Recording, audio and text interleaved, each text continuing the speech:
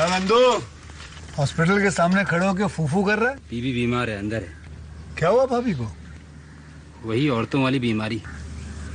औरतों वाली बीमारी? खर्चा इतना। सिगरेट कितने की? 10 रुपए की। 10 रुपए की? और जेब में कितनी पड़ी? एक और है। मरने के लिए तेरे पास पैसे हैं, लेकिन बीवी को मौत से बचाने के लिए पैसे नहीं है। क्या बक रहा है? ये देख, मौत लिखी है इस पे, मौत। और ये सैनिटरी पैड पे जिंदगी। हंस मत। 2 सिगरेट के पैसे से भाभी को ऐसी खतरनाक बीमारी जो महावरी के वक्त गंदा कपड़ा इस्तेमाल करने से हो सकती है, उससे बचा सकता है। और सिगरेट ना पीने से अपने आप को भी खतरनाक बीमारी से बचा सकता है। यानी कि मौत के पैसे से 2 जिंदगी खरीद सकता है तू, एक अपनी और एक अपनी बीवी की। सोच अब हंस। हीरोगिरी ये पीने में नहीं है, ये देने में है।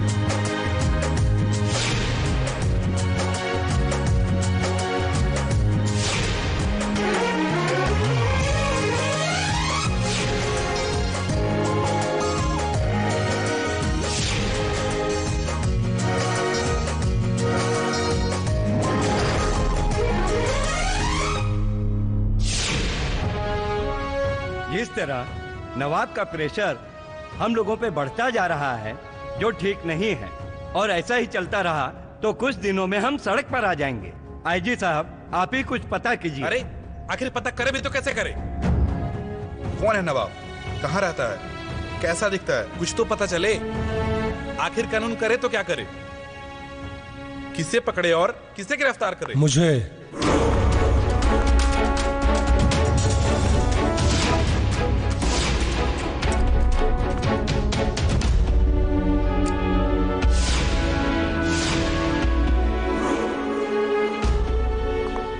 मुझे आने में थोड़ी देर हो गई। नवाब का जिक्र चल रहा था क्या? जी हाँ, नवाब का ही जिक्र चल रहा था। उसने हमारे नाक में दम कर रखा है। पहले बिजनेस में 10% और 20% मांगता था, अब तो सीधे 80% मांग रहा है। काम करे हम और ले जाए वो। एक बात बताइए मुझे, आप सरकार को टैक्स देते हैं ना आप लोग? उल्टा नवाब जो लेता है उसके बदले में आप लोगों को पूरी सुरक्षा देता है, तो नवाब को टैक्स देने में परेशानी क्यों है? जो भी हो, ये उचित नहीं है। हम भी देखते हैं कि नवाब की नवाबी कितने दिनों तक चलती है। ए मंत्री जी, सिर्फ यहाँ बैठ के भाषण देने से कुछ नहीं होगा। इससे पहले कि हम लूट जाएं, बर्बाद हो जाएं, कुछ करिए, समझे? ऐसा है, आपकी जानकारी के लिए बता दूं, अगर नवाब चाहे ना तो आप लोगों का बिजनेस ठप करके आपको ऊपर भी भेज सकता है। अब मुझे ही देख लीजिए, मैं सरकार को भी टैक्स देता हूं और नवाब को भी देता हूं। मुझे लगता है हम लोगों को शांति से अपना बिजनेस करना चाहिए। हमने अपने प्रशासन को काम पे लगाया है। बस कुछ ही दिनों में किसी दिन सुबह की अखबार में नवाब की मौत की खबर छपी हो, यही मेरी चाहत है। बाकी आप लोग देख लीजिए। ठीक है, चलता हूं। ये क्या हो रहा है? किसी को कुछ पड़े ही नहीं है। मुझे तो कुछ समझ में ही नहीं आ रहा है। शिवा, मंत्री प्रभाकर दुबे कुछ ज्यादा ही बोला था। कल के अखबार में ओकर मौत के खबर छपे के चाहिए। हाँ, ठीक।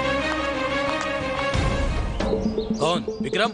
नहीं सर, मैं चौबे बोल रहा हूँ। सर कहीं बाहर गए हैं। उन्हें इन्फॉर्म करो कि जल्द से जल्द शाहबाज रोड पे पहुंचे। विपक्ष के नेता प्रभाकर दुबे इंदिरा नगर में अपनी सभा को संबोधित करने जा रहे हैं। ये क्या कह रहे हैं सर? हाँ, नवाब के आदमियों ने उन्हें मारने का प्लान किया है।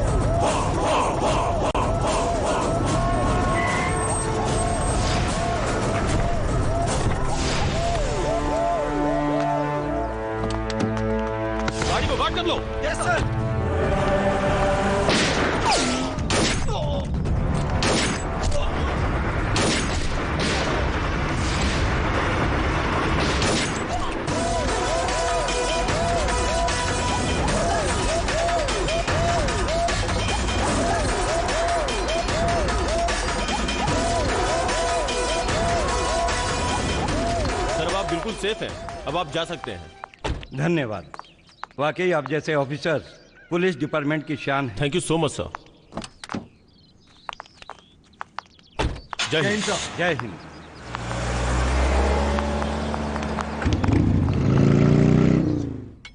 ए सर, छोटा साहब 4-5 दिन से दिखाई नहीं खन देत। कहाँ गए बड़न? हमने के उनका बिना मने नहीं खेलागत एकदम। का है? ए सर, वो थाना आवेला नु तो पूरा थाना में रौनक चलावेला। हमने के साथे खानी साथे खेलीला। कभी कभी तो सर हमने के थाना में पत्तो खेल लेला और नाचो गाना कर लेवे नी सर। बहुत मजा आवला सर। हाँ हाँ, बहुत मजा आवला। अच्छा, तो हमारा थाना में ना रोले पे ये सब होला। सॉरी सर, लेकिन हमने के तनिका बढ़िया लागेला तो साथे हो जानी हमने के। वैसे साहब वो बाड़न कहवा? आज का टूर्नामेंट चला था बास्केटबॉल के, वही में बिजी बा। चल चल कवर कर इधर पास पास क्या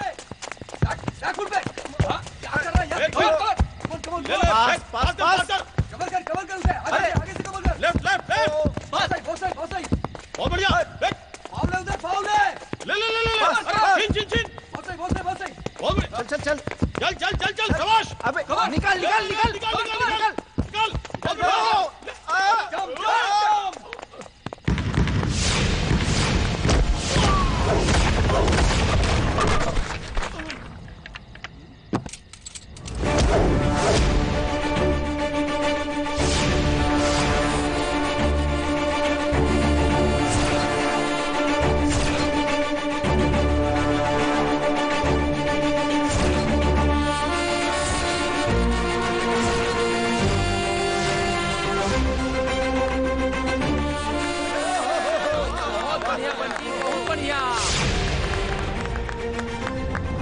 हमें जीतने से कोई नहीं रोक सकता। वेल डन यार।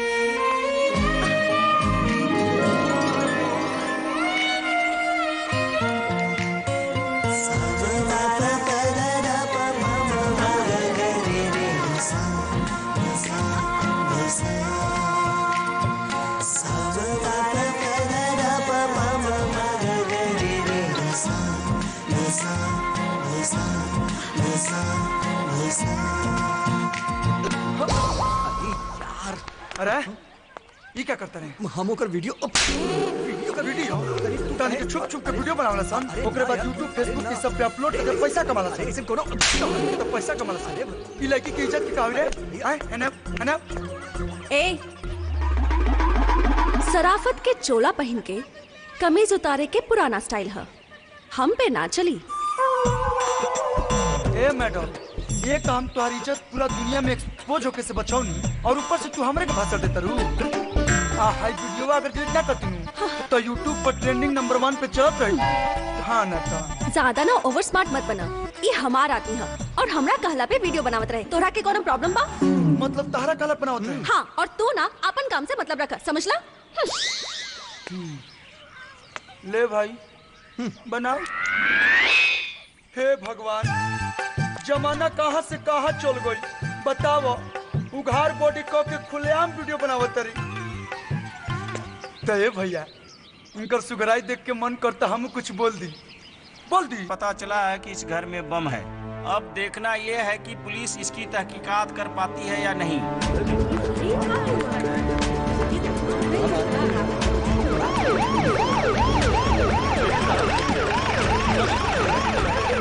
पूरी भीड़ को हटाओ, चलिए चलिए आप लोग चलिए। हटिए आप लोग, हटिए, जाने दीजिए, हटिए, जाइए आप लोग, जाइए यहाँ से, जाइए, चलिए आप जाइए, जाइए। हाँ आप कह रहे हैं, हाँ माता जी चलिए। अंदर जाके सर्च करो। हेलो। हाँ भैया प्रणाम। और बताओ कैसा रहा तुम मैच? अरे भैया मैच के बारे में क्या पूछा तरह, तू तो जानते बड़ा हमेशा जीत हमरे होला। एक के बार में सामने वाला के चित कर देनी। हाँ वो तो हमारा मालूम है बंटी, आज तक तोरा से क्यों जितबे ना कैलस। अरे ता आखिर भाई के करो इंस्पेक्टर विक्रम सिंह के। चल चल बहुत ज्यादा मक्खन और पालिश मत लगा।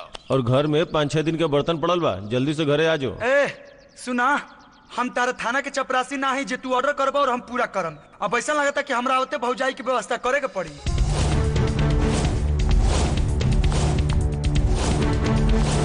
चल ठीक बा, रखा तानी। भैया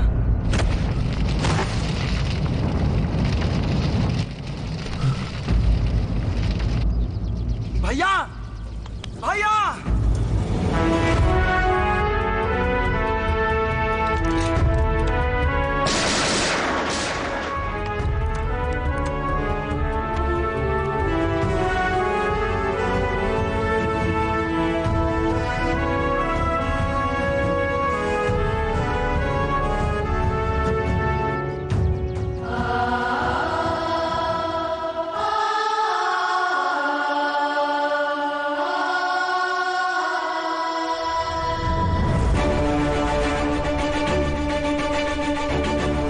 भी ऐसन कहिए बा, वो जिंदा ना बची।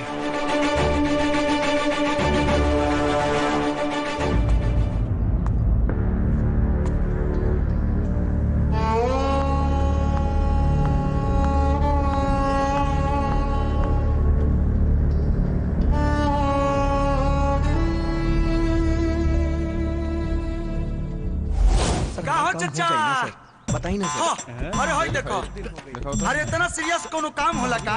अरे बेटा ए चल हट हट हट आओ बैठा बेटा। ये सब काम हमके पूरा करे के बाद उ का सरकार के देखावे के बाद। अच्छा उ का कि तोहरे इंतजार करत रहनी भोरे से। का कुछ जरूरी बात बा का?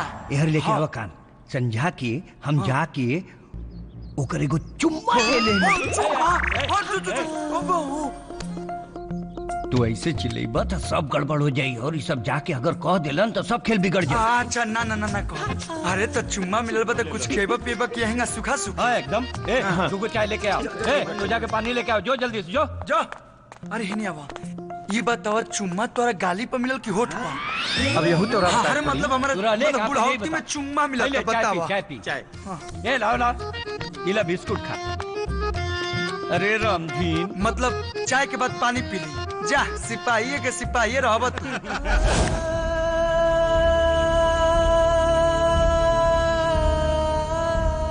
अरे कितना पेला तारे निकाल ना। अरे बाटा तनी हड़बड़ात का है बड़ा। हाँ रुको रुको। अब मतलब ये है कि फ्री फंड में अभी बताओ लो कि के का दाव पे लगाई। हमारा तरफ से हमार बकरी भी है। बकरी बक हम शुद्ध शाकाहारी है, नॉन वेज ना। हाँ तू बताओ भाई। हमारा तरफ से हमारे 3 कट्ठा रही। 3 कट्ठा? हाँ। जियो तोर ठीक बा। हाँ चचा तू बतावा। ए बचवा, हाँ हमरा लगे थे कहीं को धन बा। वो बाढ़ी तो हर चाची बहुत उनका दाव पे लगा दी। चाची कोनो काम के लायक नहीं। ए खबरदार, अगर चाची के बारे में एक शब्द भी कले नू तो हमरा से खराब केहू ना हुई। अरे हमार बुढ़ापा के सहारा तो वह भी आना रे। एगो बात जाना तरे, हम जब ले ओकरा एक बेरा ना देख लीनू हमरा चैन ना पड़ेला। वाह, कौन कहता है कि ये बूढ़े इश्क नहीं करते? वाह वाह वाह। कौन कहता है कि ये बूढ़े इश्क नहीं करते? करते हैं लेकिन इन पर कोई शक नहीं करते। हाँ ठीक बा ठीक बा, ये सब बात छोड़ा। जे हारी वो पार्टी दी। अच्छा चल ठीक बा, उठाओ लो।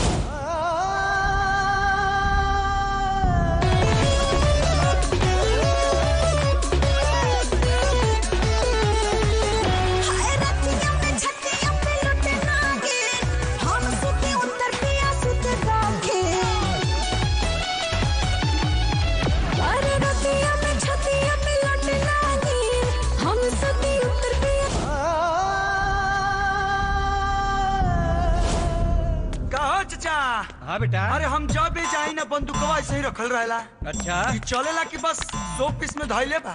अरे बेटा समय पे खूब चलेला। अरे मूर्छा धल ले बा, कहेला कि चलेला। हम टेस्ट करी काहे को? तू बंदूक चली बा? मतलब हम बंदूक ना चलाई, तू एक बार कह के तो देखो। अच्छा बतावा कहाँ निशाना लगी बा, तू बतावा। हाँ अभी रुको। ये लोट बा।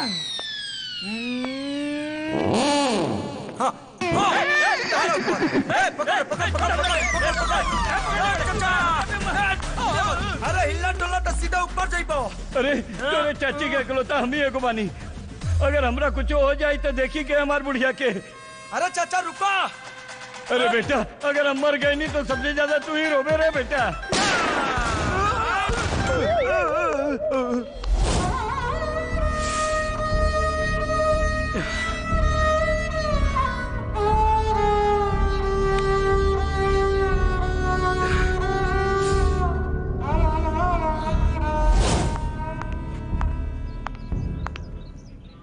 आज हमारे इस स्टेट में हो रहे क्राइम से जो डर का माहौल बना हुआ है वो स्थिति काफी चिंताजनक है, इसीलिए आज ये मीटिंग बुलाई गई है। विक्रम शुरू करो। थैंक यू सर। सर हमें इससे जुड़ी हुई कुछ जानकारियां मिली हैं जो इस सिचुएशन से हमें निपटने में काफी मदद करेंगी। कुछ क्रिमिनल्स के डिटेल्स हमें इस प्रकार मिले हैं। सर ये है पहला नाम रंजीत, जो बहुत ही शातिर और खतरनाक मुजरिम है। इसका गांजे की तस्करी का काम है। अभी कुछ दिनों पहले ही हम लोगों ने इसका माल से भरा हुआ ट्रक पकड़ा था, लेकिन ये पकड़ में नहीं आया। सर ये है दूसरा नाम शक्ति। ये लड़कियों को फुसलाकर देश के कई कोनों में बेचता है और अब तो ये भी खबर आ रही है कि इसका पड़ोसी देशों के साथ सांठगांठ हो गई है और यहाँ की भोली भाली लड़कियों को ये विदेश भेजता है। सर ये है सोनालाल, जो गोल्ड माफिया के रूप में जाना जाता है और राज्य के पूरे गोल्ड व्यापारियों को गोल्ड सप्लाई करता है जो दुबई से आता है। और सर ये है शिवा, जो कि बहुत ही बड़ा शार्प शूटर है। ये सुपारी लेकर किसी की भी हत्या कर देता है और अभी तक के अनुमान के हिसाब से बताया जा रहा है कि ये 40 लोगों की हत्या कर चुका है। सर विपक्ष के नेता प्रभाकर दुबे पे जो हमले की योजना बनाई गई थी और ब्लास्ट में जिसमें हमारे सिपाही शहीद हुए थे, उसमें इसका ही हाथ होने की संभावना है।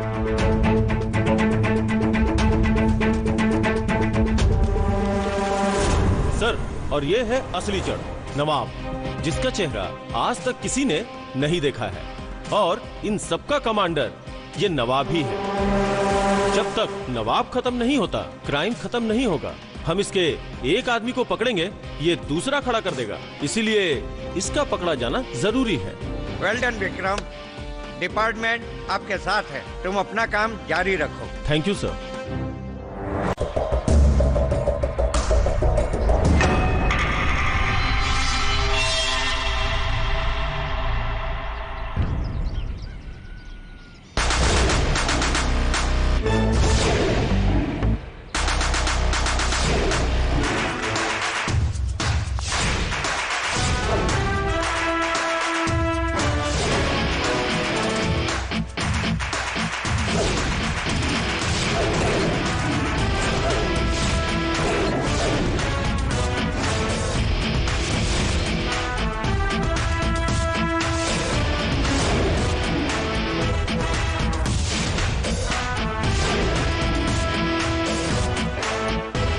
के बड़े?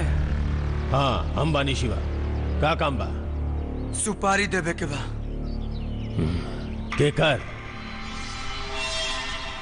Hacker hacker hacker hacker hacker hacker और तोर।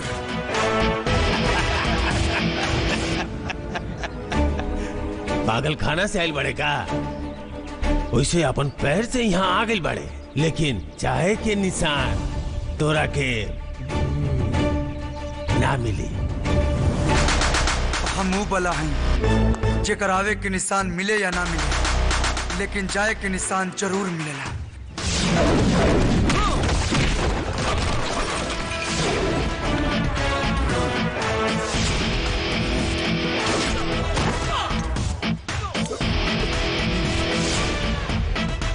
अरे अरे कहाँ करता रे? हम बात करता नीनू। अब तो मार देनी, अब तोर बारी बा।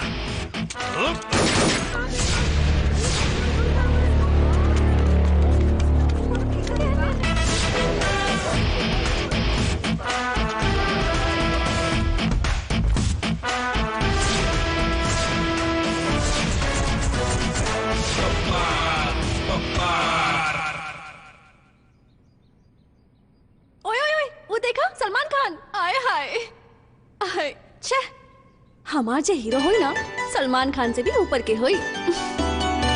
तू जैसे लड़का खोजा तारुनु ऐसा लड़का कहीं नहीं के मिल सकत। तू ऐसे ही रही मतलब सलमान से ऊपर वाला नहीं के मिल सकत। तू ऐसे ही बैठल रही। हम तो भाई अपन शादी वादी करके अपना सेट हो जाए, बाकी तू यही जा पड़ल रही। अच्छा हाँ तनी यहाँ देखा आ कर आ लट्ठू सा बड़ाईली। क्या नवाब के डर को खत्म करने का नाम बब्बर है या क्राइम में जुड़ेगा एक और दूसरा नाम? पब्लिक में फिलहाल दोनों बातों की चर्चा होती नजर आ रही है। वैसे तो ज्यादातर लोगों का कहना यही है कि बब्बर नवाब के चैनल नहीं खत्म करने का दूसरा तो दूसरा चैनल लगाओ। बब्बर एक हीरो का नाम है जिसने आम लोगों की तकलीफों को समझा है और नवाब और उनके आदमियों को खत्म करने का बीड़ा उठाया है, जबकि कुछ लोग बब्बर को ही क्रिमिनल मान रहे हैं। अरे मम्मी मम्मी मम्मी जल्दी आई, मम्मी जल्दी आई जल्दी आई जल्दी आई। का हल्ला पहले बार काम करता नहीं। अरे गुड न्यूज़ है बाबा, हमारी गाड़ी के दूसरा पहिया मिल गई। पहिया? अरे हाँ बाबा पहिया। बैठा ना बैठा बैठा। अरे हाँ बाबा पहिया। ओहो पहिया मतलब हमारे जीवन के जीवन साथी। अच्छा हाँ, ऐसा नहीं तो लड़का खोजत रहनी हम जौना के कुछ अलग काम होके और कुछ अलग नाम होके। चुप, तोर दिमाग सनक गइल बा। माई तहार बेटी पगला गइल बाड़ी, सनक गइल बाड़ी। हाँ पगला गई नहीं हम। ओहो माई सनक नहीं की गई, अब जाके तो सीधा रास्ता पे आई नहीं हम, वो भी बब्बर के पाके। तो बिना बात के काम कर। टीवी देखा, हमारा पास बहुत सारा काम पड़ल बा। बिना मतलब के बहस करे के नहीं। हाँ हाँ जाई रवा के कुछ समझ में ना आई। तू ऐजा बैठा आई चबात रहा, अब देखत रहा अपन। चला पुटा हम चलता नहीं। जाई यहाँ से चला। पुलिस भी जाना चाहती है, आखिरी छुट्टी है, काम कर क्यों रहा है ऐसा? मिल गई हमार हीरो, हमार राजा बनी तो सब बब्बर ही बनी। सर शहर में पहले ही नवाब के नाम से दहशत फैली हुई है, बब्बर के नाम से लोगों पर क्या असर पड़ेगा? बब्बर दहशत या भय का नाम नहीं है, उसने जिसको मारा है वो नवाब का आदमी है। सर कहीं ऐसा तो नहीं कि बब्बर ने क्रिमिनल को मारा हो और आपका डिपार्टमेंट उसे गिरफ्तार करने से मना कर रहा हो? नहीं नहीं ऐसा नहीं है, हमारी नजर में बब्बर एक मुलजिम भी है, इसलिए हम उसे गिरफ्तार भी करेंगे। सर कहीं ऐसा तो नहीं बब्बर आपके डिपार्टमेंट का ही कोई व्यक्ति हो या आपके डिपार्टमेंट द्वारा हायर किया गया हो? नहीं नहीं कुछ नहीं, हमारा डिपार्टमेंट इतना नकारा नहीं हुआ है कि हम एक क्रिमिनल को खत्म करने के लिए दूसरा क्रिमिनल तैयार करेंगे। क्योंकि सर कई लोगों का मानना है कि पुलिस की वर्दी इंसान के हाथ पांव जमा देती है और वो दबाव महसूस करता है, जिससे कि वो स्वतंत्र होकर फैसला नहीं ले पाता है। ऐसा कुछ नहीं, ये सब मन गढ़ंत बातें हैं। अगर ऐसा होने लगे तो हर पुलिस वाला गुंडा बन जाए। चलिए नो क्वेश्चन, चलिए हटिए, रहने दीजिए। ठीक है बाद में। ऐसे भैया ही तू का कैसे तैयार कर देला? सब लइकन हमरा ऐसे देख के हंसे लेकुल, कहे ले इतना बड़ बिजनेसमैन के भाई ऐसन कपड़ा में। अरे बेटा हसल नहीं बन, हसल ना नहीं का नाम है जिसने आम लोगों की तकलीफों को समझा है और नवाब और उनके आदमियों को खत्म करने का बीड़ा उठाया है। जबकि कुछ लोग बब्बर यही से सीधा साधा बना के भेजी लेना कि हमारा भाई के केहू के नजर न लगे। अगर सजा संवार के भेजब ना बारे में किसी ने कोई जानकारी नहीं दी भाई, है और हम इसके बारे तोहरो में प्रॉब्लम बढ़ जाए और हमरो भी। एक मिनट देखे था, क्या करता है कुछ इसके बारे में कोई नहीं एकदम फिट। हाँ सकते हैं ये सीसीटीवी रुक, फुटेज में मिला रास्ता में खाजिए। हाँ ठीक है भैया। आई बुक ला अपन, चलो संभाल कीजिए देख के। हाँ खुश रहो। लोगों के बीच बब्बर को लेकर काफी उत्सुकता है। देखते हैं लड़ाई जो नवाब और बब्बर के बीच शुरू हुई है, उस लड़ाई का आखिर अंजाम क्या होगा, ये देखना बहुत दिलचस्प होगा। वर्धन जी पता कराई बब्बर के और एक प्रॉब्लम का।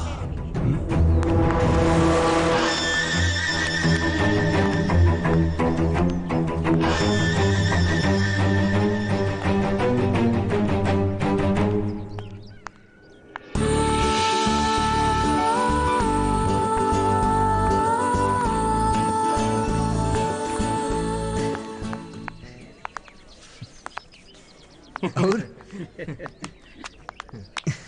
काल बा बढ़िया बढ़िया। चला चला बैठ रहे।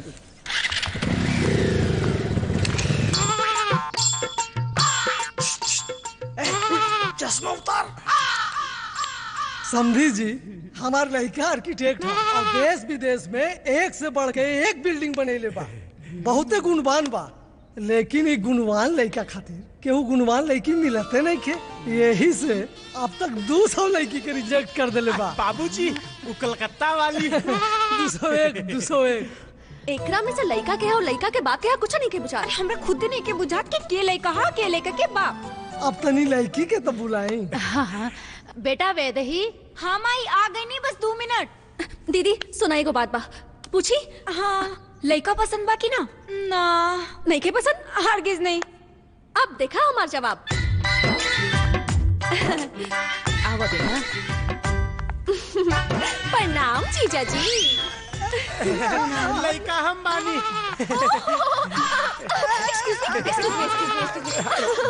सॉरी हाँ सॉरी। वो कहा ना कि रवा दोनों इतना हैंडसम है कि हमारी दीदी गड़बड़ा गई नहीं। अच्छा जीजा जी, रवा से एक बात पूछी। हाँ पूछी ना। राउंड का पार के केस झड़ गई हाँ कि सेविंग करनी है? ना ना ना सेविंग ना कहनी है, झड़ गइल बा, बाकी रिसर्च जारी बा। ओ रिसर्च जारी बा। अच्छा तो रवा आर्किटेक्ट ना डॉक्टर है? ना ना ना बानी तो आर्किटेक्ट, बाकी डॉक्टरियों की पढ़ाई जारी बा। क्या बात है भाई, देखकर हम वो डॉक्टर की पढ़ाई करा रानी कितना कम मिला था। नहीं जीजा जी, एक और बात पूछी। राउंड नाम गोपाल था का रवा राधा रानी के भक्त है? एकदम सही सोचनी है। कितना गुड मिला भाई, देखो कितना गुड मिला था। हम गोपाल के भक्त है। हाँ अच्छा एक और बात पूछी। हाँ पूछी ना। रवा कलर ब्लैक व्हाइट नहीं था का? राउंड फेवरेट कलर ब्लैक है काहे कि हमरो फेवरेट ब्लैक है। हमरो फेवरेट ब्लैक है। कितना गुड मिला था, देखो कितना गुड मिला था काहे कि हमारा फेवरेट कलर भी ब्लैक है। अच्छा एक और बात पूछी। अच्छा राउर वेट कितना है? 75 kg। ओह वेट लेके 85।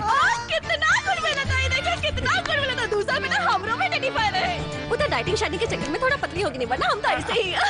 हमनी के इतना गुण मिला था तो हमनी के ब्याह कैल जाए का। ओहो ये कैसे हुई? कैसे हुई? 2 मिनट पहले तो हम रवा के जीजा जी कहते नहीं, अब रवा हमसे कैसे शादी करब? तो राव दीदी के साथ हो जाए। दीदी के साथ कैसे? राव का सारा गुण हमसे मिला था हाँ की ना? का भाई? बाबूजी ये हमरा के पगलवा दी। अरे चल रे, यहाँ रहे तो सही में पगला दे, ठीक रहे तो कहीं भी आबो करा दे। चल चल ठीक रहे तो बहुत लड़की मिल जाए और पगला देवे तो क्या होई रे? जीजा जी फिर आई ना जयराम जी की। अच्छा ये बात बतावा तू लोग, ये का तू लोग के पागलपन है? अरे माँ रउआ पागल हो गई नहीं, एको बुढ़ा संग कैसे शादी करवाते? अगर यह रवैया रहल ना तो जिंदगी भर कुंवारे रह जेबू लोग। एक से तो अच्छा बात कि कुंवारे रह जाई कहते ए बंटी हाँ भाई। मेला तो लाग गई। हाँ। कल शाम से पूरा धूम मचावल जाई, एकदम नया नया आइटम देख। अरे गणसी हमेशा लड़की के फेरे में रहले। बंटी हाँ बचैया यार, पूरा जहाज लेके आवतिया। हाँ तू कौन वाली है तोर? लड़की। अच्छा लड़की यार आवे दा यार, तोर दोस्त बंटी है, घबराहट काहे के बारे? अरे चिंता मत कर, हम सब देख ले, हम बानी नो। देख लो अमन के बा। अच्छा ये काहे हमार फ्रेंड लिली के छेड़लस? चुप हम बानी नो। अच्छा ही बताओ, लड़का लड़की के ना छेड़ी तो केकरा के छेड़ी? वाह वाह वाह वाह वाह, लड़का हम तो रास्ता में कोनो भी लड़की के छेड़ दी का? ए मैडम, छेड़लो कई तरह के होला। एगो होला इकरार से छेड़ल, आ एगो होला प्यार से छेड़ल। और हमरा ही दोस्त पे पूरा भरोसा बा कि हेलो भैया, हमरा के मार दी भैया, ये मार दी।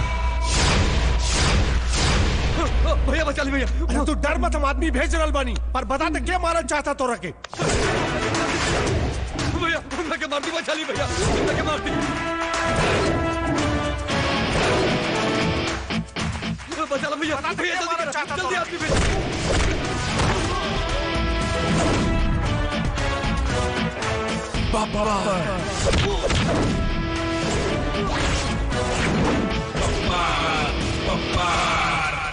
तत्ते बड़े जे शेर के खाल पहिर के हमरा आदमियन के शिकार कर रहे बड़े।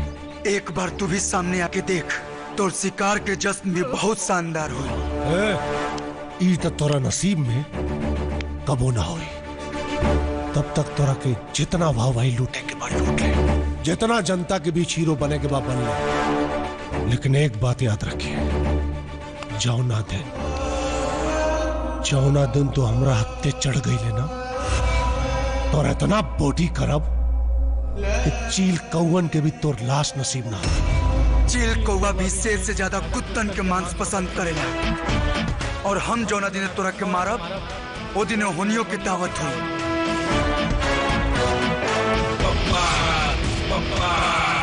कहाँ नाम लिखवाए के बाद? हमरा एहिजा पे नाम लिखवावे के बा ओकर, बब्बर। अरे ना ना, यहाँ ना लिखिए। ओए जा, कहीं गुदवा ले बू।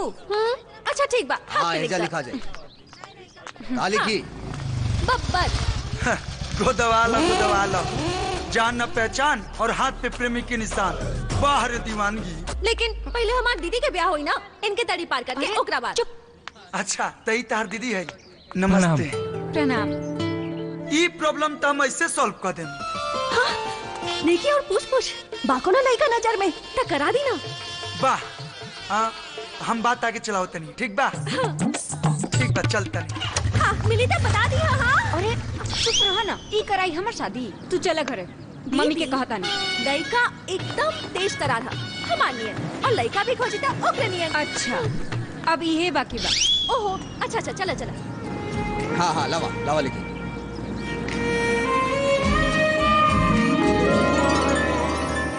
पागल हो गई थी।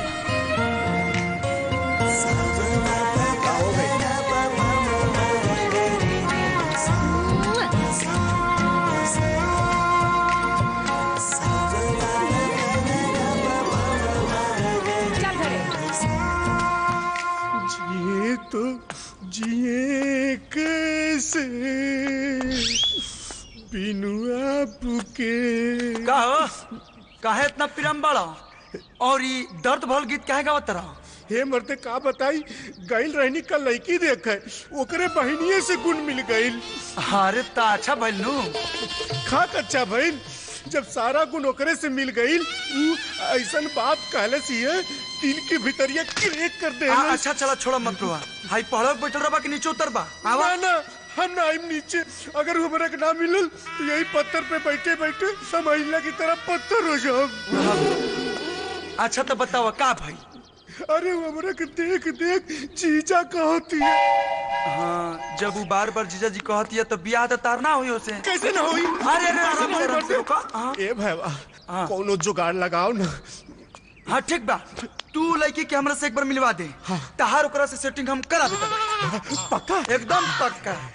मेरे सपनों की रानी कब आएगी तू? अरे उजा कहे, जब तहार छोट बउआ हो ना तब बना के हम देखा। बहुत बार बोलेली। अरे मिसेस बब्बर। हाँ? अरे लागता वो लेके आ गए जीजा जी के। का हो मिसेस बब्बर? कोनो बात आगे बढ़ल की ना? अरे जब बात आगे चलल बात तो बढ़बे करी। वैसे तोहरा के देखनी है तो एगो बात याद पड़ गई। अच्छा का? अरे तुहार बब्बर के पूरा स्टेट के पुलिस खोजत। अब पकड़ई है तो जेल पक्का बा। अब हमरा टेंशन होता कि तोहार का होई। अयो दादा, ये बात हम सोच में ना कहीं। अब का करी? अरे कहाँ जाता हूँ? हम मामा तानी तो घरे जा। अरे बताइयो करबू कि कहाँ चले के बा? ओकरा लेके ले तो हम कैसे जाई? ई लड़के एकदम पागल हो गइल बिया। चला चलो जल्दी करो। हाँ हाँ चला चलो। अरे चला तनगी। इंस्पेक्टर साहब। अरे इंस्पेक्टर साहब। अरे अरे इंस्पेक्टर साहब कहाँ पड़े इंस्पेक्टर साहब? ओहो। अच्छा अच्छा एक मिनट हटी। अरे अरे अब इंस्पेक्टर साहब जी। अरे हमके ना रिपोर्ट लिखवावे के बाद। जी बताई। बैठा ना। हमार प्रेमी ना हमके धोखा देके भाग गई। पहले मिलते जाए दी। अरे वो तो मिलिए जाई, कुछ कैलस था ना। काश कुछ कैले रही तब मजा आ जाई। अरे इनका के मत देखे, इता हमार फ्रेंड। अरे रवा लिखी ना ओके ना बब्बर है। बब्बर? हाँ। लेकिन बब्बर तो क्रिमिनल बा। कैसे? वो कैसे? क्राइम के खत्म करे वाला के रवा लोग क्रिमिनल समझनी? हाँ अच्छा समझे तो समझे, फिर तो ओके गिरफ्तार भी करो। बिल्कुल गिरफ्तार करो। रवा से ना एगो रिक्वेस्ट है, ओके गिरफ्तार करे से पहले एक दिन खातिर हमके सौंप दी। वो का है? सुहागरात मनावे खातिर। ब्याह से पहले सुहागरात? हाँ वो कहा के ब्याह तो हम बुढ़ापा में भी कर ले, लेकिन सुहागरात के मजा तो जवानी में बाना। ठीक बा, हम तारा रिपोर्ट पे विचार करब। रवा विचार करी, हम तो जाता नहीं। चलो चलो चलो। देखा ना अब तो बब्बर के साथ हमार सुहागरात एकदम पक्का है। अच्छा ये बब्बर उब्बर के बात छोड़ा, ये लड़का कैसन रही तोरा दीदिया खातिर? इंस्पेक्टर इंस्पेक्टर तो हैंडसम है। तो हम यही लड़का के बात करते रहे। ये लड़का जोड़ी तो एकदम जमी। तो ठीक बा, हमें नंबर दे दा, हम एड्रेस मैसेज कर दे, आज ही हेलो।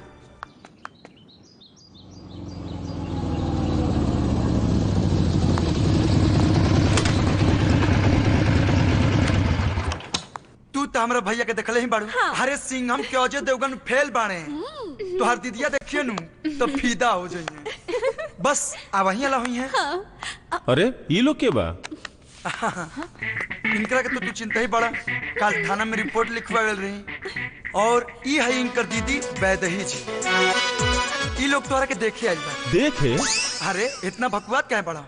अरे तो के ब्याह खातिर देखे आइल बा लोग। का बा की बबली जी थाना में आइल रही, तोहरा के देख के पसंद कर ले बड़ी अपना दीदिया खातिर। तू कराइबा हमार ब्याह? माई बाबूजी नहीं खान?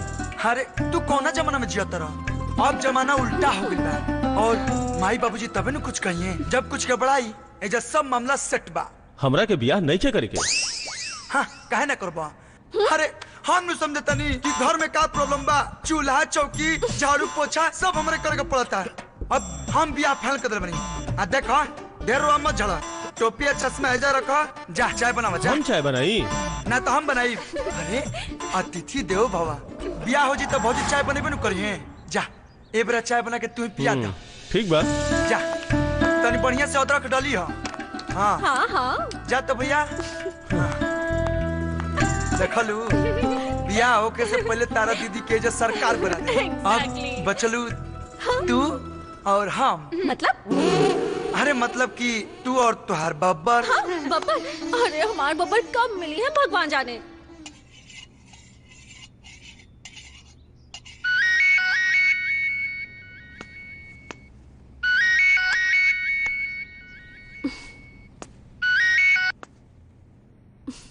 विक्रम, लड़का कैसे पता चला है कि नवाब का आदमी दुबई से सिर्फ 2 घंटे के लिए इंडिया आने वाला है।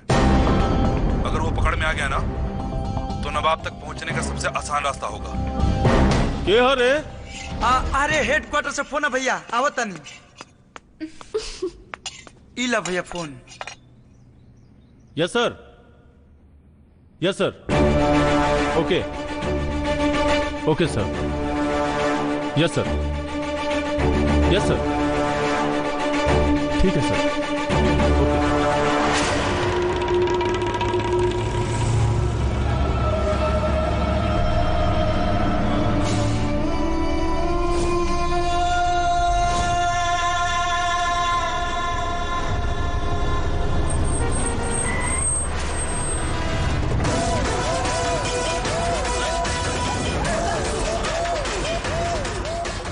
बाहर निकल वरना गोली मार दे।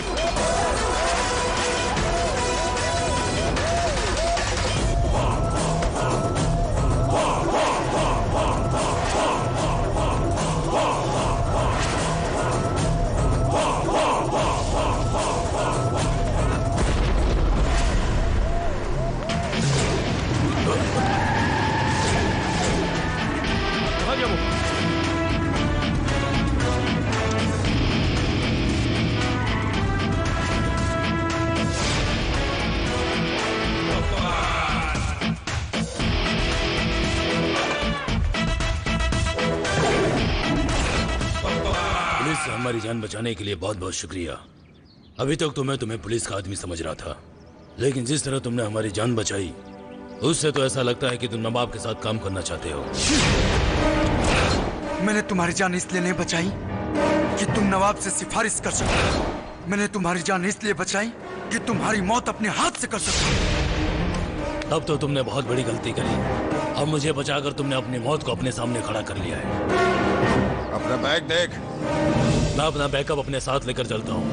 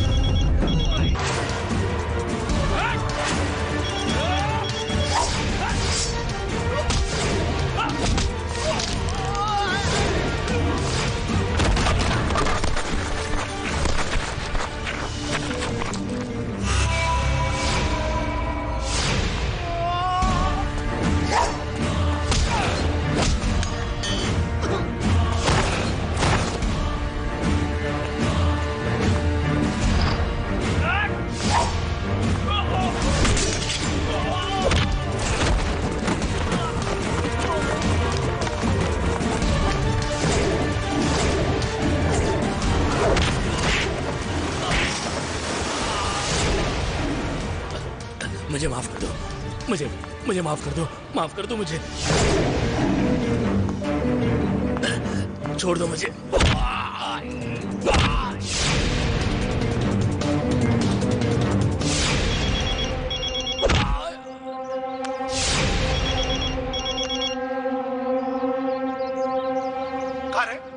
इतना देर से तोरा के फोन लगा रहा अलबानी, उठाओ क्या नहीं खे? कारे नवाब, तोरा आदमी के फोन रिसीव करे में थोड़ा सा देर का हो गई तो दिमाग के नस फाटे लगा। अच्छा तत्ते बड़े। हाँ सही पहचान ले। तोर दिलचस्पी जितना हमरा में बढ़ रहा बना ते उतना मौत के करीब बढ़े। और मौत से दोस्ती समझदारी ना नादानी होला।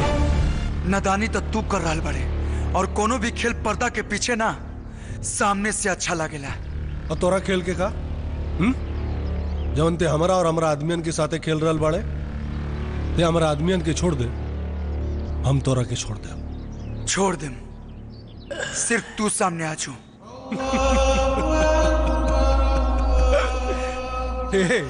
सपना मत देख बाबू, हमरा पास तक ते का और परछाई भी ना पहुंच सकेले। सियार के बांध से निकाल के शिकार कल बखूबी आवेला हमरा, और तोरा तक पहुंचे में तोरा आदमियन के लाश के सीढ़ी भी बनावे का पड़ना तब बना दे। और इले आवाज सुन। औकात मेरा स्वर्ग तक जाए का सीढ़ी बन सकेले, लेकिन हमरे पास तक आवे के ना।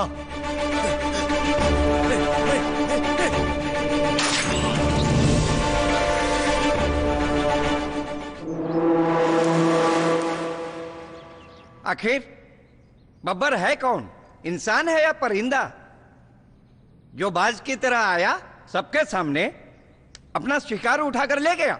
सर जो भी हुआ पलक झपकते हुआ, हम लोगों को सोचने समझने का मौका ही नहीं मिला। हम लोगों ने फायरिंग भी की, पीछा भी किया, लेकिन आगे रास्ता ब्लॉक होने के कारण उसे भागने का मौका मिल गया। सर हमें तो लग रहा है नवाब से ज्यादा खतरनाक तो ये बब्बर होता जा रहा है। बब्बर को तलाश करने की गति हमें और बढ़ा देनी चाहिए, वरना वो नवाब के आदमियों को खत्म कर देगा और हम हाथ मलते रह जाएंगे। सर हमारे ऑफिसर बब्बर की तलाश में ऐसे निकले हुए हैं जैसे नवाब के, लेकिन कहीं कोई सुराग ही नहीं मिल रहा है। मिस्टर विक्रम, बब्बर आपके सामने आया और निकल गया, और आप लोग यूं ही देखते रह गए। आप उसका चेहरा भी नहीं देख पाए और घटना ऐसी जगह घटी जहां आसपास कोई सीसीटीवी भी नहीं था। फिलहाल आप चप्पे चप्पे पर अपने आदमी लगा दीजिए, कोई ना कोई तो सुराग मिलेगा ही। अगर ऐसा ही रहा तो ना तो आप पब्लिक को जवाब दे पाएंगे और ना ही सरकार को। Do fast and go for it. Yes sir. का हो मिसेस बब्बर, कैसे कैसे याद कैलू? सुना ना, एगो बात कही, वो हमार दीदी के तोहर भैया से मिलवावे खातिर कुछ प्लान करा ना। अरे यार, हम भैया के साथ ही जाता नहीं। अच्छा ठीक बा, हम कोशिश जरूर तो करो। अभी ले बैठल बड़े, चले के नहीं खे? चला ना जल्दी से कुछ। केकरा से बतिया बता रहे? आओ। भाभी से। हाँ हाँ ठीक बा भाभी, हम भैया से कहते नहीं ठीक 5 बजे जनेश्वर पार्क में मिल ली है। जीजा जी से वो कहा ना कि जीजा जी तो के जलेश्वर पार्क 5 बजे मिले खातिर बुलावले। हाँ शादी ना बियाह हम मिले जाई, हमरा नहीं के जाके। हाँ वो भाभी आई कहा तेरे 5 बजे मिले। शादी न बिया हम मिले जाई। देखो ढेर हीरो मत बना, तो हर मन में तो लड्डू फूटते हुई। अब जा 5 बजे मिल लिया। भाभी तू टेंशन मत ला, भैया पहुँच जाइए। हाँ जीजा जी, दीदी अब दीदी पहुँच जाए 5 बजे। अभी 4:30 बजे। हाँ दीदी फटाफट रेडी होके पहुँच जाए। कहा अरे हमरा नहीं जाए जाए के पड़ी तो हर बाप भी जाए। मन में तो लड्डू फूटा था। जा जा फटाफट रेडी हो जा। जा जा, वो देखो 4 बज गए। जा ना। ओफो मुंह का देखा तेरे। जा अरे जा ना। देखलू सेट कर देनु। तू वहाँ पे पहुँचा, हम आवत नहीं। Thank you Bunty, thank you so much.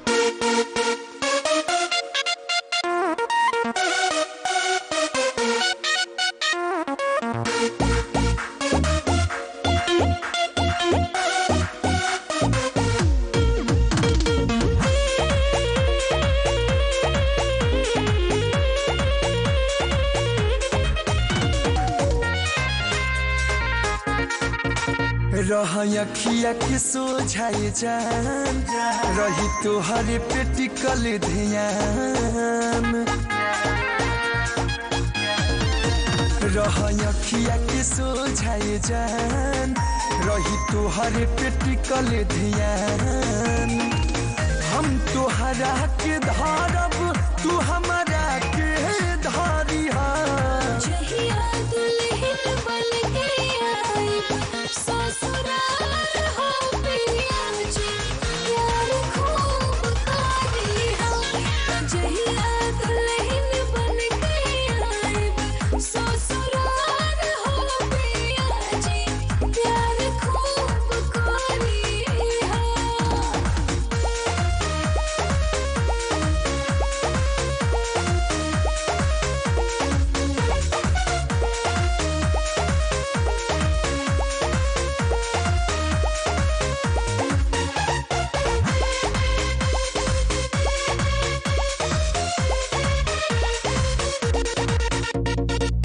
ओठ के लाली चीखे के मनबा, मन करता धान हो।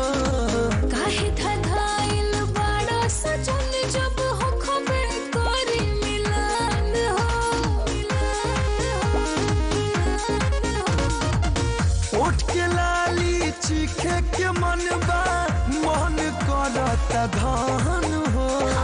काहे धधाइल बड़ा सजन, जब हो खबर करी मिलन हो।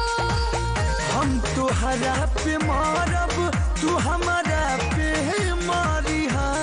हरदम रहब सच के तोहरे ला, तैयार हो पिया जी, प्यार खूब करिहा। जहिया दुल्हन बन के आइब, ससुराल हो पिया जी, प्यार खूब करिहा।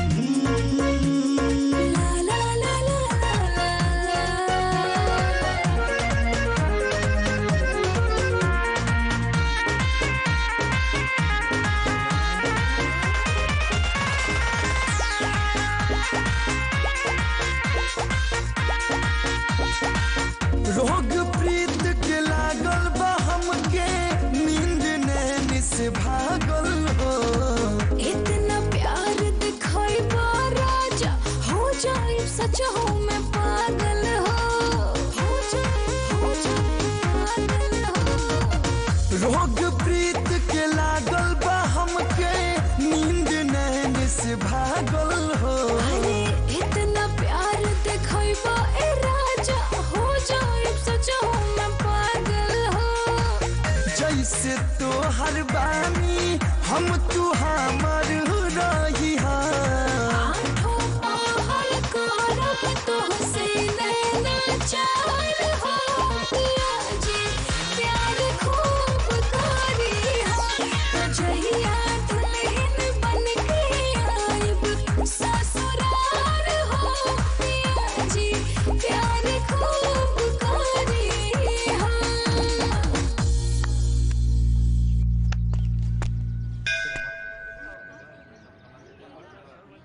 भगवान, हमार गोपला के जिंदगी में ई कौन लड़की के लफड़ा बना के भेज देनी प्रभु।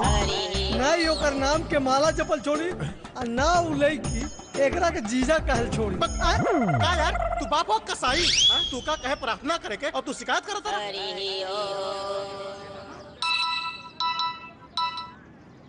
हाँ लिली। हाँ बबली, कहाँ बाड़ू? कब तक आईबू? हम रास्ता में बानी, रिक्शा पे बानी, अभी आवतानी। अरे सुन, वो तुहार जीजा भी मंदिर में पहुँचल बा अपने बाप के साथ। जीजा जी? अच्छा अच्छा, सुना सुना, अच्छा से खातेदारी करी है उनकरा के। हाँ सर, पिछला 1-2 दिन से सोना लाल के फोन नहीं खेला कर। ये 2 महीना से सोना के स्मगलिंग के हिसाब नहीं खे दिले। हमरा के भी ओकर लूर लक्षण ठीक नहीं खेला। ओकरा के बैंकॉक वाला चस्का लग गई बा।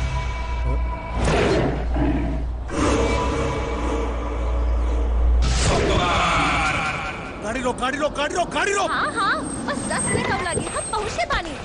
अरे अरे, ये बात लोग। अरे रवा कहीं रिक्शा चलाए, बाना रिक्शा वाला, वो चलाई ना। अरे लेकिन रिक्शा वाला के कहाँ लेके जाता रे? हेलो, ये कैसन पागलपन है? एगो गाड़ी वाला रिक्शा चलाई और रिक्शा वाला गाड़ी चलाई। अरे पागलपन ना मैडम, दीवानापन है। दीवानापन? हाँ, पहले हम रिक्शा में चलावत रहे, बिजनेसमैन तो बाद में बननी है। वैसे रघुओ भी कम पागल नहीं की। ये हथवा में कागज दोले बानी बब्बर। हाँ, एक्चुअली बब्बर हमार जान है, हम ओकरा से बहुत प्यार करेली। अच्छा, अरे तब तो हमारा सपना भी पूरा हो जाए। हम बब्बर का बहुत बड़ा फैन है मैडम, एक बेरी मिलवा दी हमरा के ओकरा से। पहले हम तब मिलली, फिर ना हम रवा के मिलाई, अब तक तो हम ही नहीं के मिलल। अच्छा अच्छा, मतलब एक तरफा प्यार बा। हाँ। कौनो बात ना, रहुआ के जरूर बब्बर मिल जाइए। लेकिन हाँ मैडम जी, हाँ? जौना दिन बब्बर से मुलाकात हो ना, हमरो के मिलवाई, बहुत इच्छा बा ओकरा से मिले। हाँ हाँ पक्का, जैसे ही हम मिलब ना। हे भगवान, अब रउए बताई ना, अब अगर ओकरे बहन से बियाह कैले उ हमरा के जीजा कहतिया। हे भगवान, हाई जीजा शब्द काहे बनौली हैं? प्रभु एक काम करी ना, हाई जीजा शब्द हटा दिए। उ जीजा शब्द हमरे और बबली के बीच में पहाड़ जैसा रोड़ा बनाता है। अच्छा अच्छा, बस बस बस, रोक दी। ली, आ गई आपका मंजिल। हाँ हाँ।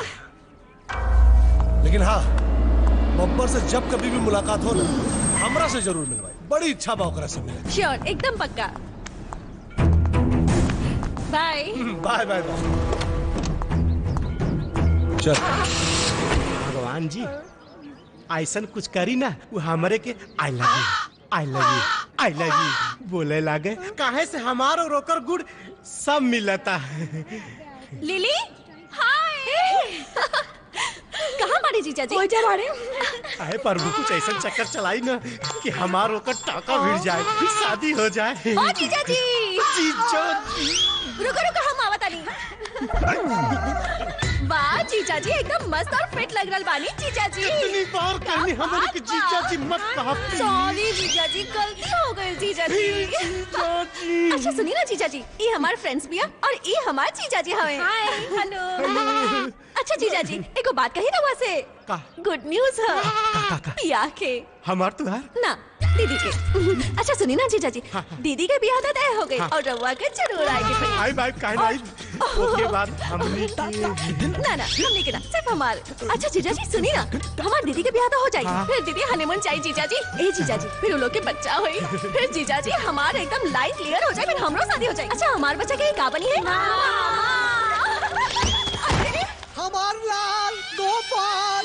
हाय हाय, क्या हो गई हमार लाल के? गोपाल क्या हो गई बेटा? बड़े बेटा। ससुर जी आए, वो कहा ना कि गोपाल जी के जीजा जी नाम को ज्यादा ही जम ले यही से। अरे तू एक जान ले के छोड़बू, पगला के रख दे ले बाड़ू। ए गोपाल उठ जो बेटा, आँख कान में एक एक उबाड़े रे।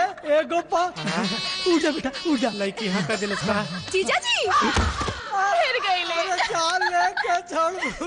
अच्छा अच्छा बाय बाय बेटा गोपाल। नमस्ते। नमस्ते जीजा जी। नमस्ते। नमस्ते। नमस्ते जीजा।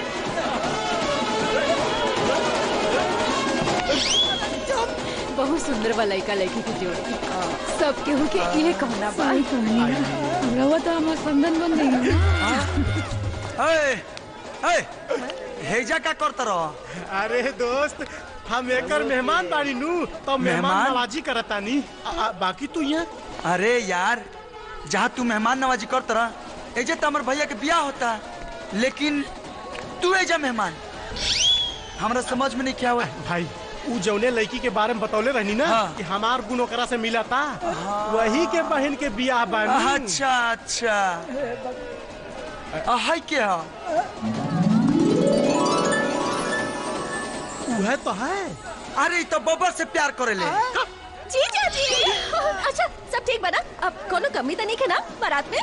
अच्छा अरे वाह का गुड मिला ना। देखा देखा ब्लू ब्लू ब्लू ब्लू दे ताली। ओहो आज तो बड़ा हैंडसम लग रहा बाना। इरादा कहा वैसे भी तो जौने इरादा होके कोनो फर्क नहीं पड़े वाला। काहे कि केहू तो होके भाव दे दीना। अच्छा है मैडम सुना ठीक बा, हम लल्लूपन जोई हमरा क्यों भाव ना दी, लेकिन तुम्हारी इरादा का बा? तुहार रखे वाला कैसन चाहिए इहो बता दो। बताई? हाँ लेकिन यहाँ ना सबके सामने चलो। अच्छा है मजा आ गया शॉपिंग करके, खूब डिस्काउंट मिला है ना। अच्छा चलो। बड़ा सुंदर लगा था। का नाम बा तो है? चलो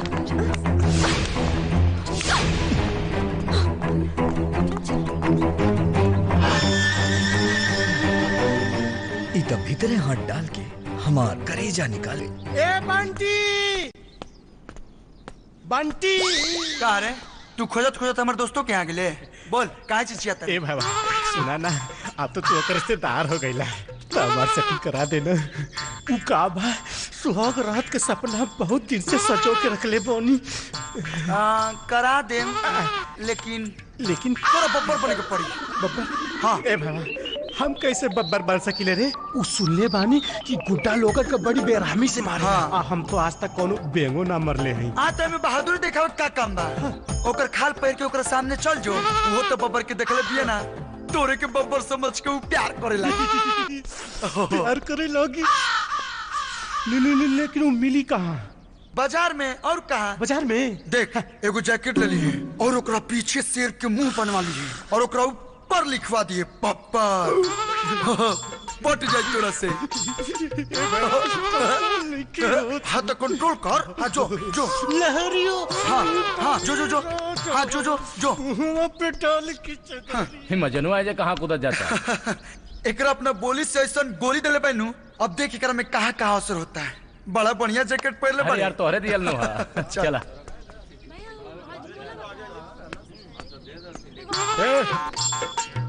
ए पे शेर के फोटो और पे बब्बर लिखे के बा। ए बहिरा हम तोरे से कहा तानी ए पे शेर के फोटो ओ पे बब्बर लिखे के बा।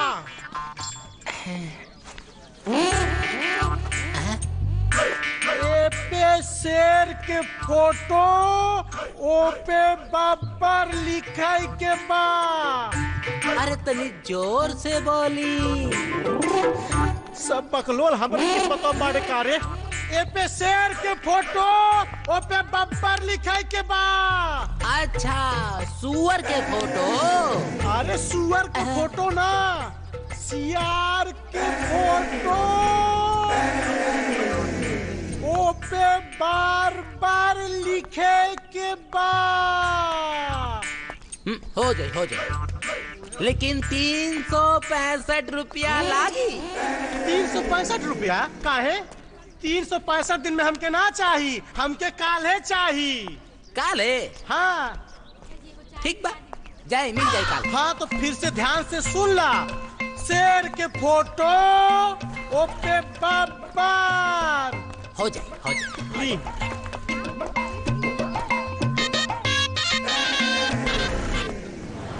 अच्छा तो सही सही बताओ, बब्बर हमला से मिली ना, हम बहुत एक्साइटेड बानी।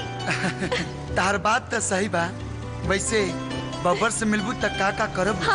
हम तो के अपना सीना से लगा के चूम ले। और क्या करबू? और तो के सब काहे बताई? ये सब हमार पर्सनल बात है, हम अपन सारा सीक्रेट ना बताई। हाँ जा हो जा, तार बब्बर खड़ा बाने। जा मिल ला। हम कैसा लग रहा था? बहुत अच्छा, बब्बर फिदा हो जाइए। जा पता। लेकिन तू ना चल बा। अब हम कबाब में हड्डी बने खातिर का जा? हाँ। तू और बब्बर मिलके का करबा लोगी? अबे जा, हंसबे करबू कि जइबो करबू? बड़ा रिक्वेस्ट करके तोहरा बब्बर के बुलौले बानी। जा जा, ऑल दी बेस्ट।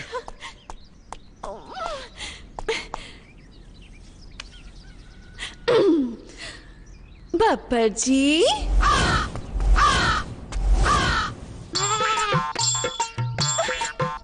जीजा जी, फिर जीजा जी। काहे की जीजा जी? जब तोरे बहन समाज बियाह ना भइल तो काहे की जीजा जी? अरे इनका हम तो बब्बर से मिले आइल बानी। बब्बर सुना ना, हम ही न बानी बब्बर। रवा बब्बर है, ये कैसे हो सकेला? देखिए देखिए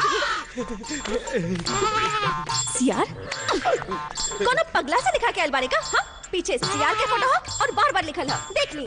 हाँ। अरे बाप रे। हाय देखी, सियार बार बार। बाय जीजा जी। जीजा जी, दिल के अरमान में बह गए। अरे बहिरू, तोरे के छोड़ा बनना, इतना मोरब के चेहरा ना पहचान पाई। अरे कौन है? ये का मजाक है? मजाक हम करता नहीं कि तू?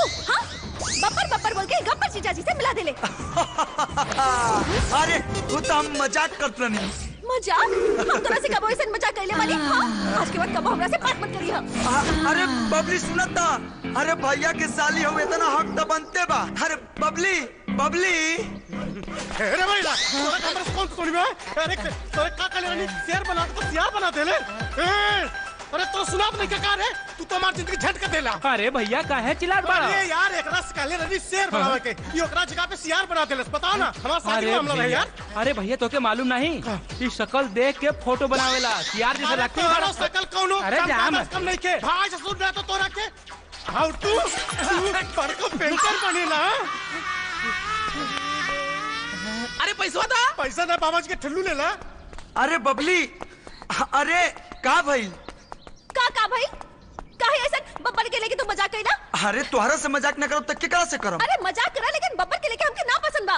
अरे भैया के साली हो तक का गाँव में मजाक करम? साली है तो मतलब कुछ भी करबा। अरे काल्हे की बात लेके अभी तक नाराज बाड़ू। अब हो गई, गुस्सा थूक दा। अम्मान जा, काहे परेशान करते रहो? अम्मान जा ना मनबू। ऐसे कैसे यार? मतलब बब्बर के लेके मजाक हम ना मानब। अच्छा हम कहते नहीं, देखा अगला बार मिलवा दे। अरे बबली, अरे आवा बैठ जा। चलो बबली का अगला बेर हम खुदे जाके मिल ले। तो बबली ना पड़ी, अब तो चाय जैसे। चले जा, भागा, बड़ा ही रहता।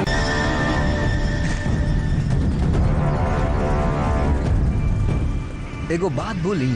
अच्छा ये बतावा, तू आके गाड़ी पे अपना मन से बैठ गई, जब केहू अपन मन से गाड़ी पे आके बैठ जाए तब प्यार के मजा दुगना हो जाला। चल रोक गाड़ी यहाँ पे।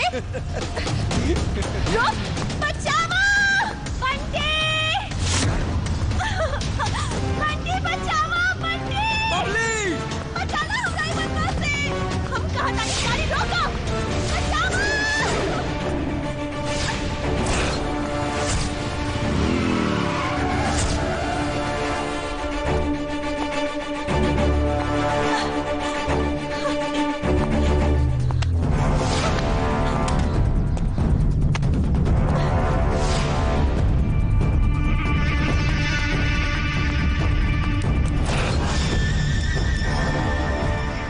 चिरकुट, ते एकर जीजा बड़े का जे का सरे आम बाजारी में लेके घूमे और इस शेखर तमाशा देखी।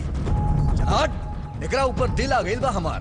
अगर तोर दिल इतना बेलगाम हो गइल बा तो लगाम लगाओ, ना तो मुंह के बल ऐसन गिरबे कि कहीं मुंह दिखावे लायक ना रहबे। इनडायरेक्ट धमकी? धमकी तो इनडायरेक्ट बा, लेकिन धक्का डायरेक्ट दे। उठा ला लड़की के।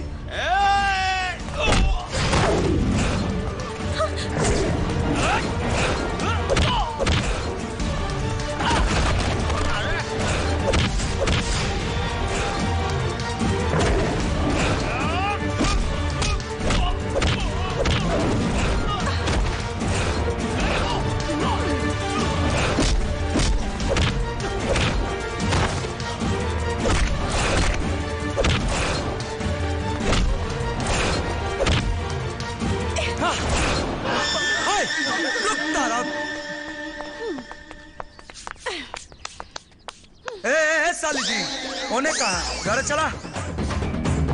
इ चार लोग के मरला से का हम तोरा से मन जाई ना मानब। तू फुटा। अरे बड़ जिद्दी बियानु। जानवन हमरा रहते तोरा तरफ के आंख उठा के देख ले, इतना हिम्मत ना बा क्यों में शहर में आंख के साथ साथ कलेजा निकाल ले। फोन रख, बाद में फोन करता नहीं। फोन रख। कबे ये कैलस तनियो हाथापाई हो गई भैया। हाथापाई या मारपीट? तू हाथा ही पाई रहे, लेकिन तनी अधिक मारपीट हो गई। कोनो लड़की उड़की के चक्कर तो नहीं खेना? ना भैया, कोनो लड़की के चक्कर ना बा। हम लड़की के चक्कर में ना पड़ी ले। जाके दवाई लगा ले। जी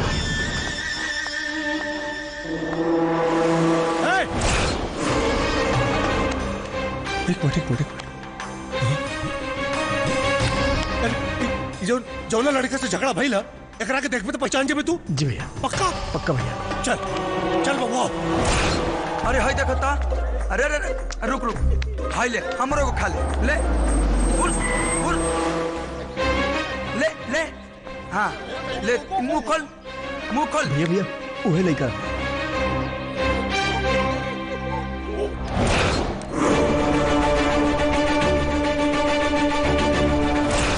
22 साल का लौंडा बब्बर बन के घुमाता। अरे 1 घंटा हो गए, कहाँ रह रहे? अरे भैया वो गर्लफ्रेंड के साथ सिनेमा देखे गए रहनी है। ई ना सुधरी। आ तू बाबू? भैया हम बाहर गेल रहनी है। खेला खत्म में बता रहा हूँ। अरे मोटू, तार गर्लफ्रेंड के का हाल बा? अबे चुप चुप करे में कौन गर्लफ्रेंड लेके तुहार चल जाई।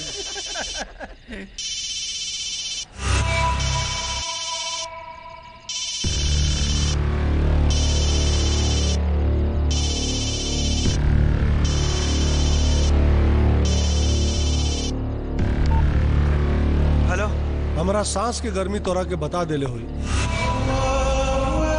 कि हम के बोल रहल बानी। बोल नवाब। भाप बर्फ से भी निकलेला और खौलत पानी से भी, लेकिन दोनों में फर्क आसमान और जमीन की होला। जमीन आसमान का बात छोड़, इस समय तोर और तोर पूरे परिवार का कुंडली हमारा हाथ में बा। यकीन नहीं कि आवत तो फोन करके पूछ ले। तोर पूरा परिवार और रिश्तेदार इस समय रेस्टोरेंट से खाना खा के निकल रहा पड़ा।